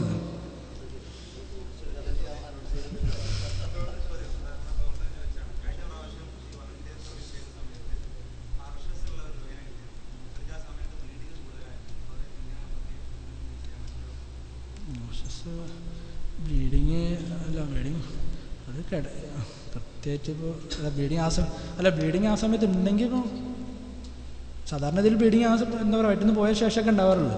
ആ സമയത്ത് ബ്ലീഡിങ് ആണെങ്കിൽ ബ്ലീഡിങ് നിൽക്കാനുള്ള മരുന്നുകൾ എന്തെങ്കിലും കഴിക്കാനേ പറ്റുള്ളൂ. അല്ലാതെ അതിന് പിടിച്ചിർത്താൻ കാര്യം ആ ഏരിയയിൽ അമർത്താൻ പറ്റില്ല. പ്രഷറില്ലാത്ത ഏരിയയിൽ പുറത്തൊക്കെയാണെങ്കിൽ നമുക്ക് അമർത്തി പിടിക്കാൻ പറ്റും. അങ്ങനത്തെ ഇതിലൊന്നും ചെയ്യാൻ പറ്റില്ല. അത് ഗുളിക കൊടുത്ത് അതിൻ്റെ രക്തക്കൊഴലിൽ ഉണ്ടാവേണ്ടതാണ്. അത് ഒന്നും ചെയ്യാൻ പറ്റില്ല. രക്തക്കൊഴലിൽ ടൈറ്റാക്കാനുള്ള മരുന്ന് കൊടുത്ത് ഇതാക്കാനേ പറ്റുള്ളൂ. ഇരുത്തി കിടത്തി ഇതാക്കിയുള്ളൂ. കമഴ്ത്തി കിടത്താനും കുറച്ചും കൂടെ ഒരു ടൈറ്റ്നസ് കിട്ടും. അപ്പോൾ അത് വേറെ ഒന്നും ചെയ്യാനില്ല. കാര്യം നമ്മൾ ഇരിക്കുമ്പോൾ എന്താ പ്രശ്നം എന്ന് വെച്ചാൽ നമ്മളല്ലേ ഈ വെയിനാണ്, ഈ ആർട്ടറി അല്ല ബ്ലീഡ് ചെയ്യുന്നത്, വെയിനാണ്. വെയിൻ എന്ന് വെച്ചിട്ടുണ്ടെങ്കിൽ നമ്മൾ നിൽക്കണതനുസരിച്ച് താഴെ ഏറ്റവും പ്രഷർ ഉണ്ട്. അതുകൊണ്ട് പറഞ്ഞു വെരിക്കോസ് വെയിൻ ഉള്ളവർക്ക് കിടത്തരുതെന്ന് പറഞ്ഞത്, അല്ല നിൽക്കരുതെന്ന് പറഞ്ഞു. അപ്പോൾ ഈ പറഞ്ഞ ആർഷസ് എന്ന് പറഞ്ഞതും വെയിൻസിൻ്റെ പ്രശ്നമാണ്. അത് കുറച്ചുണ്ട്, കാലിലാകുമ്പോൾ കുറച്ചുകൂടി കൂടും. അപ്പോൾ ഇരിക്കണേക്കാൾ കിടക്കണമെന്നല്ല. കിടക്കുമ്പോൾ രക്തം ഒന്നും കൂടെ മൂവ് ചെയ്യാൻ സാധ്യതയുണ്ട്. ഇരുന്ന് കഴിഞ്ഞിട്ടുണ്ടെങ്കിൽ അത്രയും പ്രഷർ കൂടും. അപ്പോൾ കമത്തി കിടത്താൻ ഒന്നും കൂടെ ടൈറ്റ്നസ് കിട്ടുകയും ചെയ്യും, രക്തോട്ടം ഒന്നും കുറച്ചും കൂടെ ക്ലിയർ ആവുകയും ചെയ്യും.